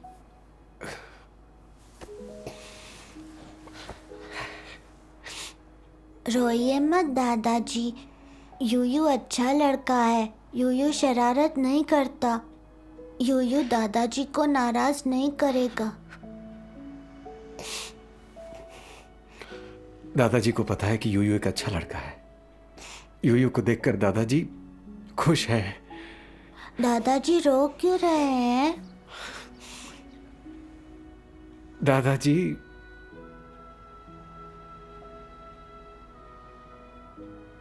दादाजी ने कुछ गलत काम करके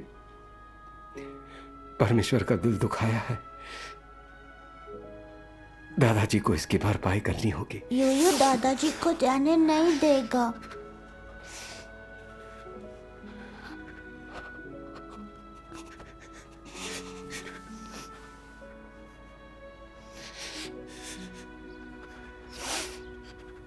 यूयू एक अच्छा लड़का है ना? हाँ। दादाजी भी एक अच्छा लड़का बनना चाहते हैं।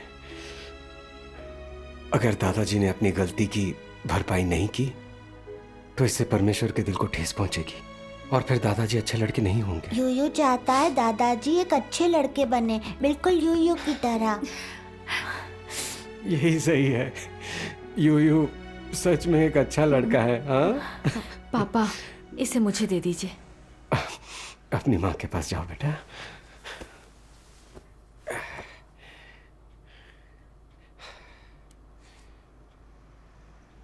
लोगों के जीवन क्रम में केवल परमेश्वर के इरादों को समझना, उसके इरादों के अनुसार एक सृजित प्राणी का कर्तव्य निभाना ही सबसे मूल्यवान जीवन है। अगर हम परमेश्वर के इरादों को न समझे या कर्तव्य निर्वाह न करें तो भले ही हम एक बड़े और समृद्ध परिवार का सुख भोगें, वो खोखला होगा। जब हम इस बात को समझ लेंगे कि कैसा आचरण करना है, एक अच्छा सृजित प्राणी कैसे बनना है, सृष्टिकर्ता के प्रति अपनी वफादारी कैसे दिखानी है, तब हम अपना जीवन व्यर्थ नहीं जिएंगे और हम अपनी मृत्यु के बाद सृष्टिकर्ता के सामने आने योग्य बनेंगे। अगर कोई सृजित प्राणी जीवित रहते हुए किसी सत्य का पता न लगा पाए, न जान पाए कि आखिर जीवन है क्या, और एक सृजित प्राणी का कर्तव्य न निभा पाए, तो ऐसे जीवन की कोई सार्थकता नहीं होती। मृत्यु के बाद ऐसा व्यक्ति सृष्टिकर्ता के सामने नहीं आ सकता। हाँ। इतने बरसों से परमेश्वर के वचन पढ़कर मेरे सामने सत्य और अधिक स्पष्ट हो गया है। परमेश्वर के वचनों ने ही मुझे धीरे धीरे मृत्यु बंधनों से मुक्त होने में मदद की है। ये देखो, देखो परमेश्वर के वचनों का ये अंश कितना महान है। मैं जितना इसे पढ़ता हूँ उतना प्रेरित होता हूँ। मैं जीवन और मृत्यु को उतना ही स्पष्ट रूप से देख पाता हूँ। मैं पढ़ती हूँ। हाँ, आओ मिलकर पढ़ते हैं।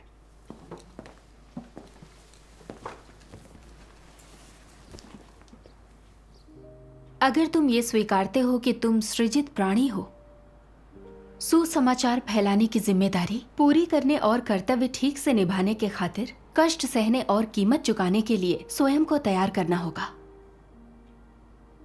ये कीमत कोई शारीरिक बीमारी या कठिनाई या बड़े लालचगर के उत्पीड़न या सांसारिक लोगों की गलत फहमियां, साथ ही वे क्लेश सहना भी हो सकती है जिनसे सुसमाचार फैलाते समय व्यक्ति गुजरता है, जैसे विश्वासघात किया जाना, पिटाई और डांट फटकार और निंदा किया जाना, यहां तक कि घेर कर हमला किया जाना और मृत्यु के खतरे में डाल दिया जाना।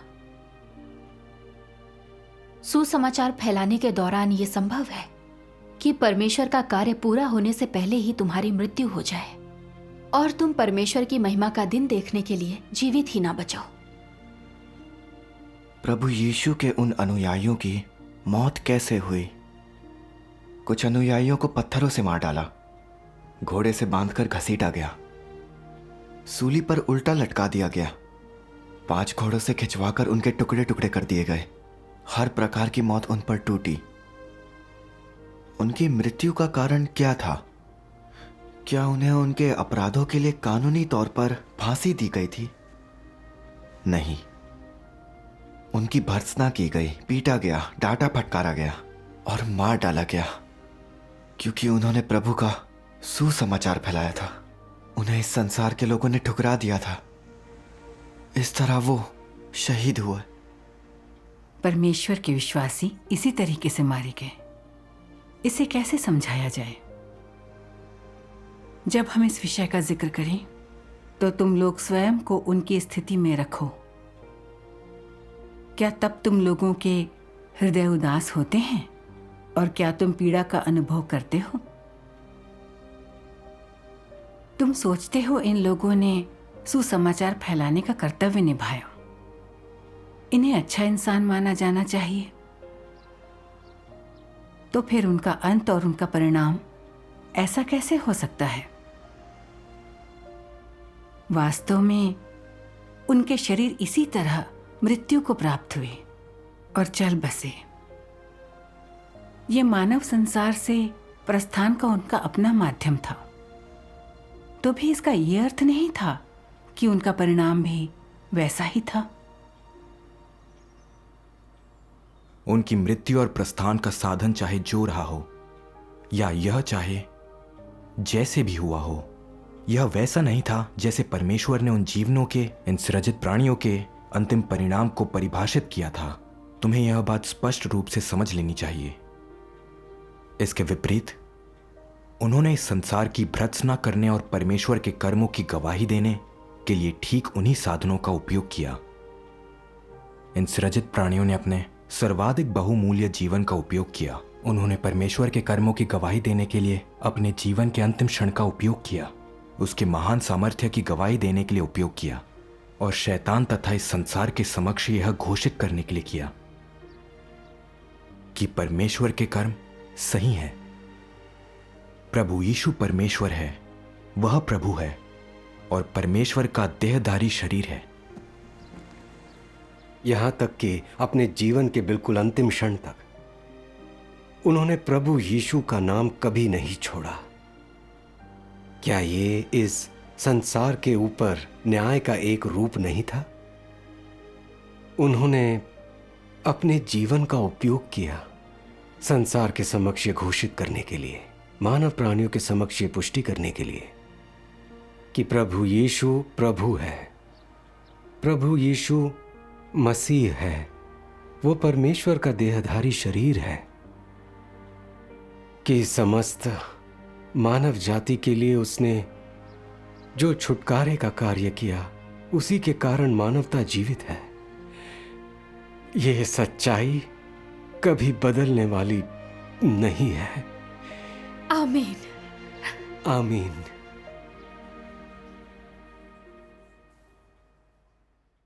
पादरी झांग। पादरी झांग, तुम्हें यहां प्रचार करने के लिए मेरी अनुमति मिली?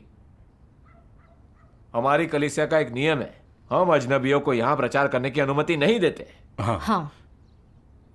तुम में क्षमता है तो जाकर अविश्वासियों को उपदेश दो। यहां मेरी भेड़ें मत चुराओ। तुमने यहां आकर भेड़े चुराने की इतनी जुर्रत की? हाँ। प्रभु के सभी विश्वासी परमेश्वर की भेड़े हैं। वो किसी व्यक्ति की भेड़े नहीं है और ना ही कोई व्यक्ति उनका प्रभारी है। हाँ। उन्हें अपनी आस्था चुनने का अधिकार है। उन्हें यह तय करने का अधिकार है कि वे किस मार्ग पर चलेंगे। आमीन। आमीन। उन्हें यह चुनने का अधिकार है कि वे किससे उपदेश सुने। आपको उन पर प्रतिबंध नहीं लगाना चाहिए। सही है। हाँ। वे कोई आपके प्यादे या गुलाम नहीं है। सही बात। क्या कहा तुमने? एक पादरी के तौर पर आपको उन्हें आज़ादी देनी चाहिए और सच्चा मार्ग खोजने के लिए प्रोत्साहित करना चाहिए। खासकर जब प्रभु की वापसी की बात है तो आपको उन्हें जांच पड़ताल करने और उपदेश सुनने के लिए और भी प्रेरित करना चाहिए। बिल्कुल सही है।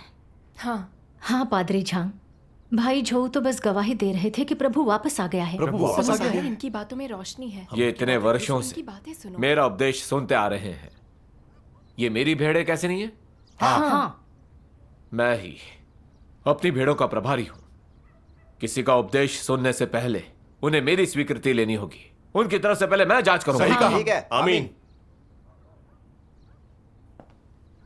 इसके अलावा मेरी स्वीकृति लिए बिना आप मेरे क्षेत्र में उपदेश देने आए हैं? क्या लगता है मैं पुलिस को नहीं बुलाऊंगा? बिल्कुल, पुलिस को बुलाओ। इन सबको गिरफ्तार करवाओ। इन्हें आज ही पुलिस स्टेशन ले जाना चाहिए। आप ये क्या कर रहे हैं? क्या आप अभी परमेश्वर में विश्वास कैसे बुला सकते हैं? ये तो प्रभु और हमारे दोस्तों को धोखा देना हुआ। आप सबको गुमराह किया गया है। ये प्रभु के प्रति अपराध है। अजनबियों की मेजबानी ना करें। कहाँ भाग रहे हो? भाग रहे, पुलिस स्टेशन ले चलते हैं। इन सबको ले चलो। क्या कर रहे हैं? छोड़ दीजिए इन्हें। ये हमारे भाई हैं। सबको ले चलो। चलो।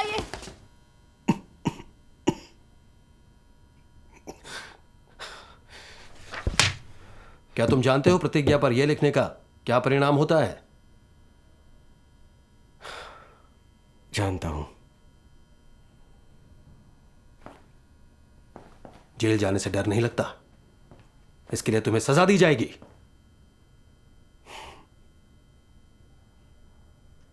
डर? 10 साल पहले मैं सचमुच डर गया था।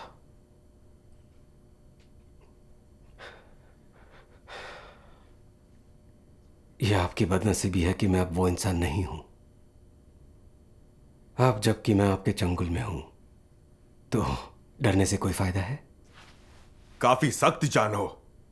तुम्हें मौत से डर नहीं लगता? हाँ? मैं 10 साल पहले एक बार मर चुका हूं।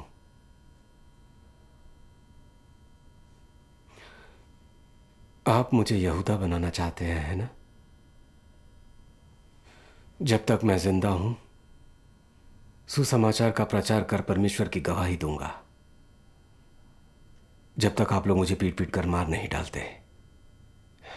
अगर आप मुझे यहूदा बनाना चाहते हैं तो फिर भूल जाइए। कमीने, कमीने, बहुत जान है तुझमें। हाँ? तुम्हें पता है तुम कहाँ हो? हाँ? कमबख्त खुदकुशी पर आमदा है। लानत है, लानत है, लानत है। कमीने, मुझे बरसों हो गए पुलिस अफसर ही करते। मैंने ऐसा किसी को नहीं देखा जो यहां कर तेवर दिखाए। यह सीसीपी की दुनिया है। सीसीपी तुम्हें बाहर निकलने का रास्ता दे रही है। सुसमाचार का प्रचार करके तुम सीसीपी के खिलाफ हो। तुम्हें लगता है कि तुम सही हो? एक अच्छी खासी खुशहाल जिंदगी जियो। क्यों अपने धर्म पर विश्वास रखने पर तुले हो? परमेश्वर कहां है? बताओ वो कहां है? तुम्हें पता है ना कि सीसीपी नास्तिक है? कमबख्त सीसीपी की दुनिया में विश्वासी। आखिर तुम इतने अहंकारी कैसे हो सकते हो? हिम्मत कैसे हुई उपदेश देने की? बस करो, बस। कमबख्त। बकवास बंद करो। पहले हमें किताबों के बारे में साफ साफ बताओ। बताओ किताबें कहां से आई? तुम में से अगुआ कौन है? अकल से काम लो और बताओ। सुनो, अगर कुछ समझ ना आए तो बकवास मत करो। क्या कहा तुमने? हाँ? सीसीपी नास्तिक है। यह दावा करती है कि कोई परमेश्वर नहीं है, लेकिन असल में वो खुद परमेश्वर बनना चाहती है और चाहती है कि लोग उसकी पूजा करें।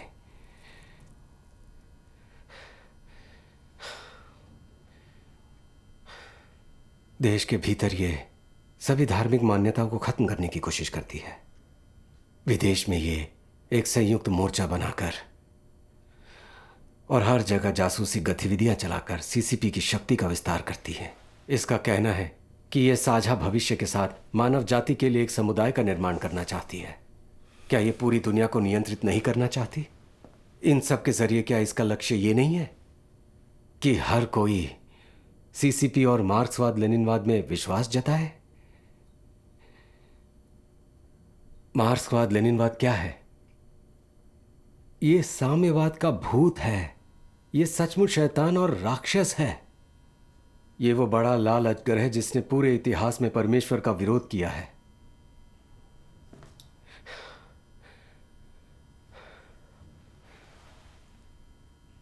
सीसीपी का अनुसरण करके आप लोग राक्षस और शैतान का अनुसरण कर रहे हैं। जब सीसीपी का पतन होगा तो आप सब लोग उसके साथ जिंदा दफन हो जाएंगे। आपको तो सीसीपी का अनुसरण करने के परिणामों का पता ही नहीं। सीसीपी कहती है कि कोई परमेश्वर नहीं है, तो आप भी कहते हैं कि कोई परमेश्वर नहीं है। उन भयानक शैतान अगुवाओं के मरने के बाद उनकी आत्मा की शांति के लिए बौद्ध भिक्षुओं को आमंत्रित किया जाता है। उसका क्या वे परमेश्वर में विश्वास नहीं रखते? फिर वे नरक में जाने और दंडित होने से क्यों डरते हैं? आप लोग अनुभवहीन और नादान हैं। सीसीपी ने आपका दिमाग पलट दिया है। इसने बड़ी ही चालाकी से अपना काम किया है। मैंने तुम पर कुछ ज्यादा ही दया दिखाई है। अगर तुम्हारी अकल ठिकाने नहीं लगाई तो तुम ऐसे ही बकबक करते रहोगे। पहले यह देखो कि तुम इस वक्त हो कहां पे। बस करो। अक्ल से काम लो कमबख्त। ये सब बकवास बंद करो। हमें फौरन बताओ कि किताबें कहां से आई और तुम में से अगुआ कौन है?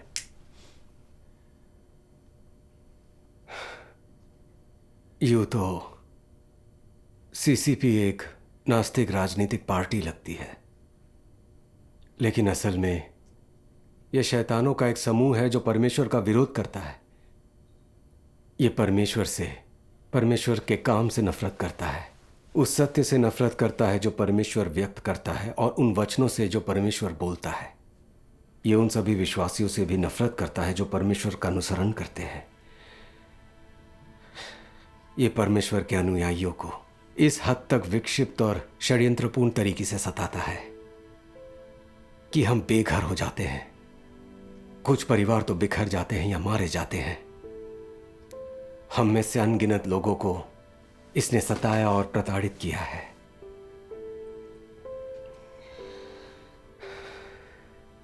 हम में से बहुत से अनुयायियों को गिरफ्तार कर सजा सुनाई जाती है। हम स्वतंत्रता खो बैठते हैं क्योंकि हम सुसमाचार का प्रचार करते हैं। हम में से बहुतों के पास कोई ठौर ठिकाना नहीं होता। हर जगह हमारा पीछा किया जाता है। हमें वांछित सूची में भी डाल दिया जाता है क्योंकि हम परमेश्वर के घर में कर्तव्य निर्वहन करते हैं। हम में से बहुत से लोग घर नहीं लौट पाते या अपने सगे संबंधियों से दोबारा नहीं मिल पाते।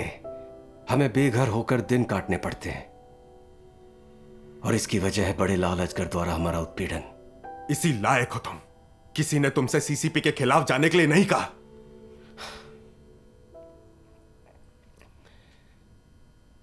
इस सब के बावजूद सीसीपी हमें नहीं बख्शती।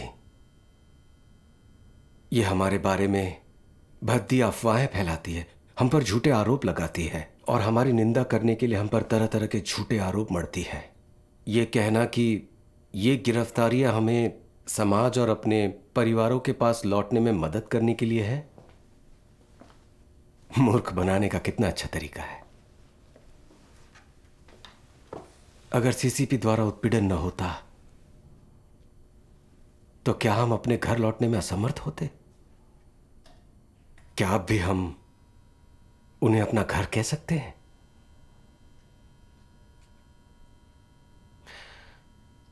घर के अंदर बाहर इलेक्ट्रॉनिक निगरानी कैमरे और ऑडियो निगरानी उपकरण लगा रखे हैं। सीसीपी ने वाकई हमारी मदद करने के लिए बहुत निवेश किया है ताकि हम अपने परिवारों और समाज में लौट सके। हम ईसाइयों को पकड़ने के लिए ये दुनिया के सबसे उन्नत निगरानी उपकरणों का उपयोग करती है। इसे तो हद दर्जे की दुष्टता और विकृति की संज्ञा ही दी जा सकती है।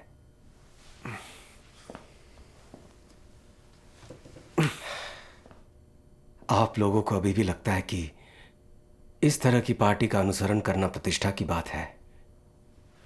हमारे पास कोई विकल्प नहीं है। किसके कहने पर तुम लोग पार्टी की नाफरमानी करते हो?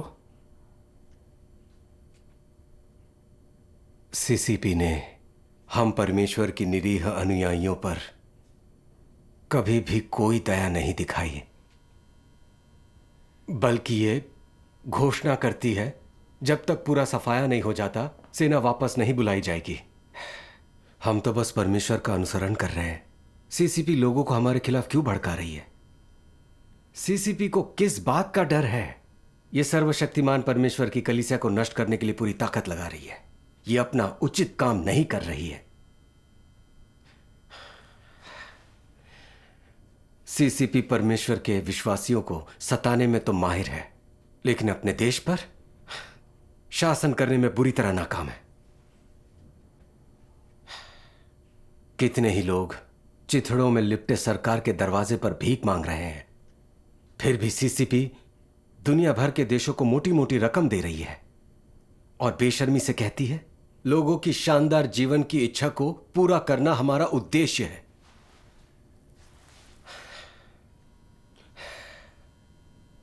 सीसीपी ने सर्वशक्तिमान परमेश्वर के अनुयायियों पर अनगिनत जुल्म ढाए हैं। यह दुनिया का सबसे बड़ा आतंकवादी समूह है। यह दुष्टता की धुरी है। फिर भी यह बेशर्मी से शेख ही बघारती है कि यह हर तरह के आतंकवाद के खिलाफ सख्ती से लड़ती है।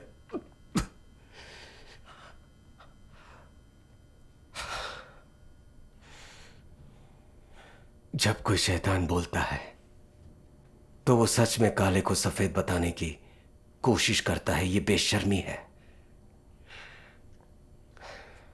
जिन लोगों में थोड़ा भी विवेक है उन्हें सीसीपी से अलग हो जाना चाहिए और उसके अपराधों में भागीदार नहीं बनना चाहिए।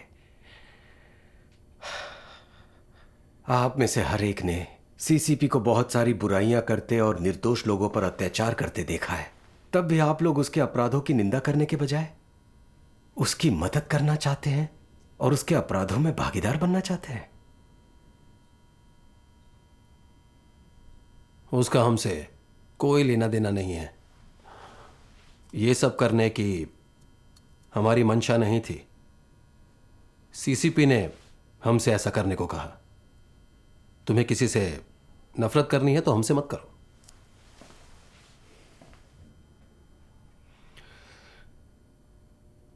सीसीपी वो बड़ा लाल अजगर है जिसका उल्लेख बाइबल में किया गया है। युगों युगों से ये परमेश्वर का शत्रु रहा है। उसके चुने हुए लोगों पर अत्याचार करता रहा है।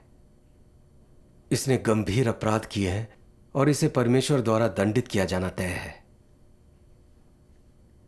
लेकिन आप लोग अलग हैं। आप आबादी के सिर्फ सामान्य सदस्य हैं। आप लोग तो सामान्य व्यक्ति हैं। आपको परमेश्वर का शत्रु नहीं होना चाहिए। आपको बड़े लाल अजगर की तरह परमेश्वर और उसके अनुयायियों पर अत्याचार नहीं करना चाहिए। रोजी रोटी के लिए हमें यह सब करना पड़ता है। सीसीपी की बदौलत ही हमारी आजीविका चलती है। जानता हूं कि आप ये केवल अपनी आजीविका के लिए कर रहे हैं, लेकिन आप आजीविका के लिए कुछ भी कर सकते हैं। इसी कार्य क्षेत्र से जुड़े रहने की क्या जरूरत है? सीसीपी के गुर्गों और बड़े लाल अजगर के प्यादों के तौर पर आप इंसान और परमेश्वर दोनों को नाराज करेंगे। इसका अंत आपके लिए अच्छा नहीं होगा। अगर आप लोग बड़े लाल अजगर का त्याग कर देंगे तो परमेश्वर आपके अच्छे कर्मों को याद रखेगा। आकाश के परिंदों तक को दाना पानी नसीब हो जाता है तो सृष्टिकर्ता यकीनन आप जिंदा लोगों को भूखा नहीं मरने देगा। बुरी ताकतों की मदद करने का ये काम मत कीजिए। आपको अपने वंशजों के लिए अच्छे कर्म संचित करने होंगे।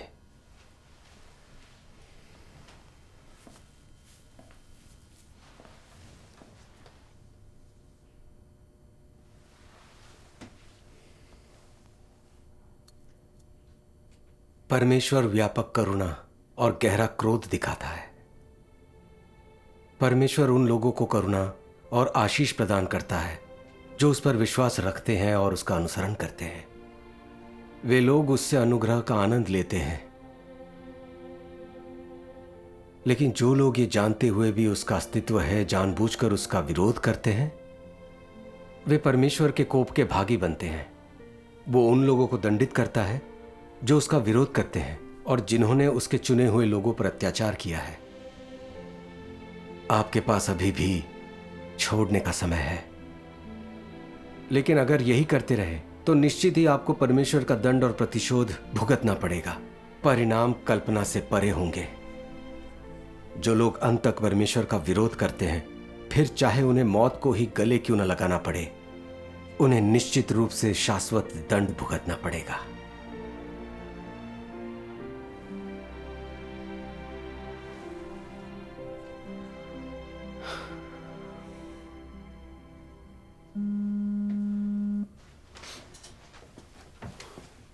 चीफ, हाँ अभी आए। जरूरी मिशन आया है।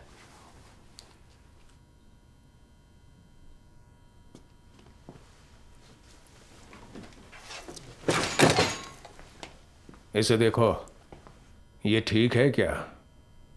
और इस पर हस्ताक्षर करो।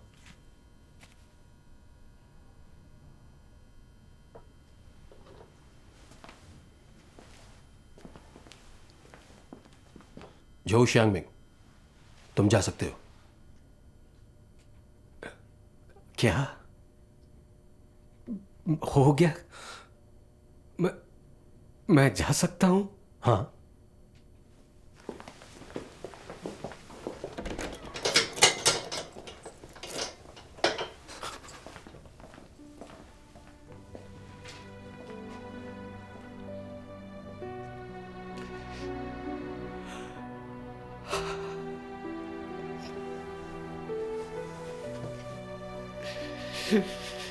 हे परमेश्वर,